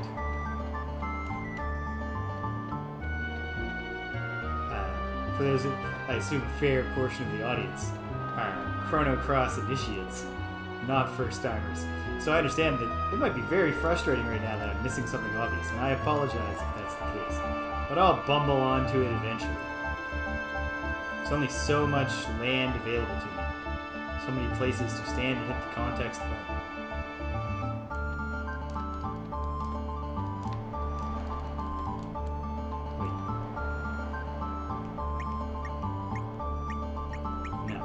None of these items shout out to me. I gotta remember that's a thing that at times might be the answer. Remember that you can use your key items. But I don't think that's the way to do it. At the place. At least not with my current set of key items. If we find some rock salt or a pocket torch or something, come back and we'll use it right in that spot. In the meantime, mystery on lands. Or I don't. There's an obvious answer though. Overlooking. Can't wait to find it. Just check around, see if anything else we can do with our boat? Back to the Earth Dragon Isle, but that's a bust. Certainly don't want to go back to the Isle of the Damned. Our friend in the hut didn't have much helpful dialogue. If we went back to the other dimension, we would not have a boat. So checking all these places in the other dimension at least is off the table. I think. Okay, let's try this. Let's try just Oh good, we can even speed up, we can do dash even with the boat. Mess around in the triangle, see if anything happens. I don't feel like it's going to, but perhaps it shall. Is that just exiting the locale? It is. Okay. Okay. Well.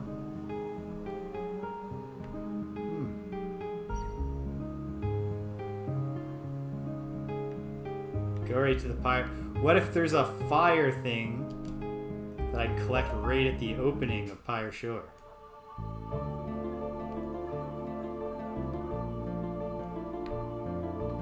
No, we don't just go onto the mountain and start rapidly losing hit points. Let me verify that that's true.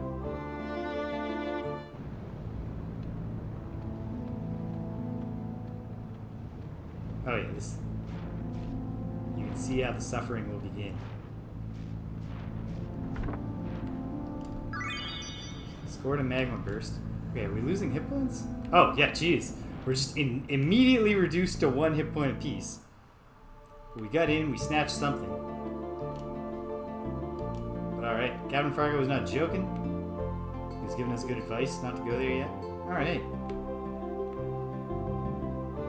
One way or another, I gotta get in there.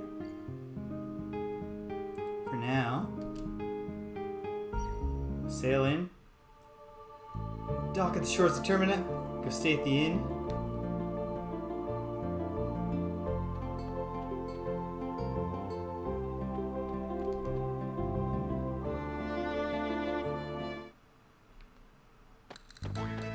Oh, there's the inn.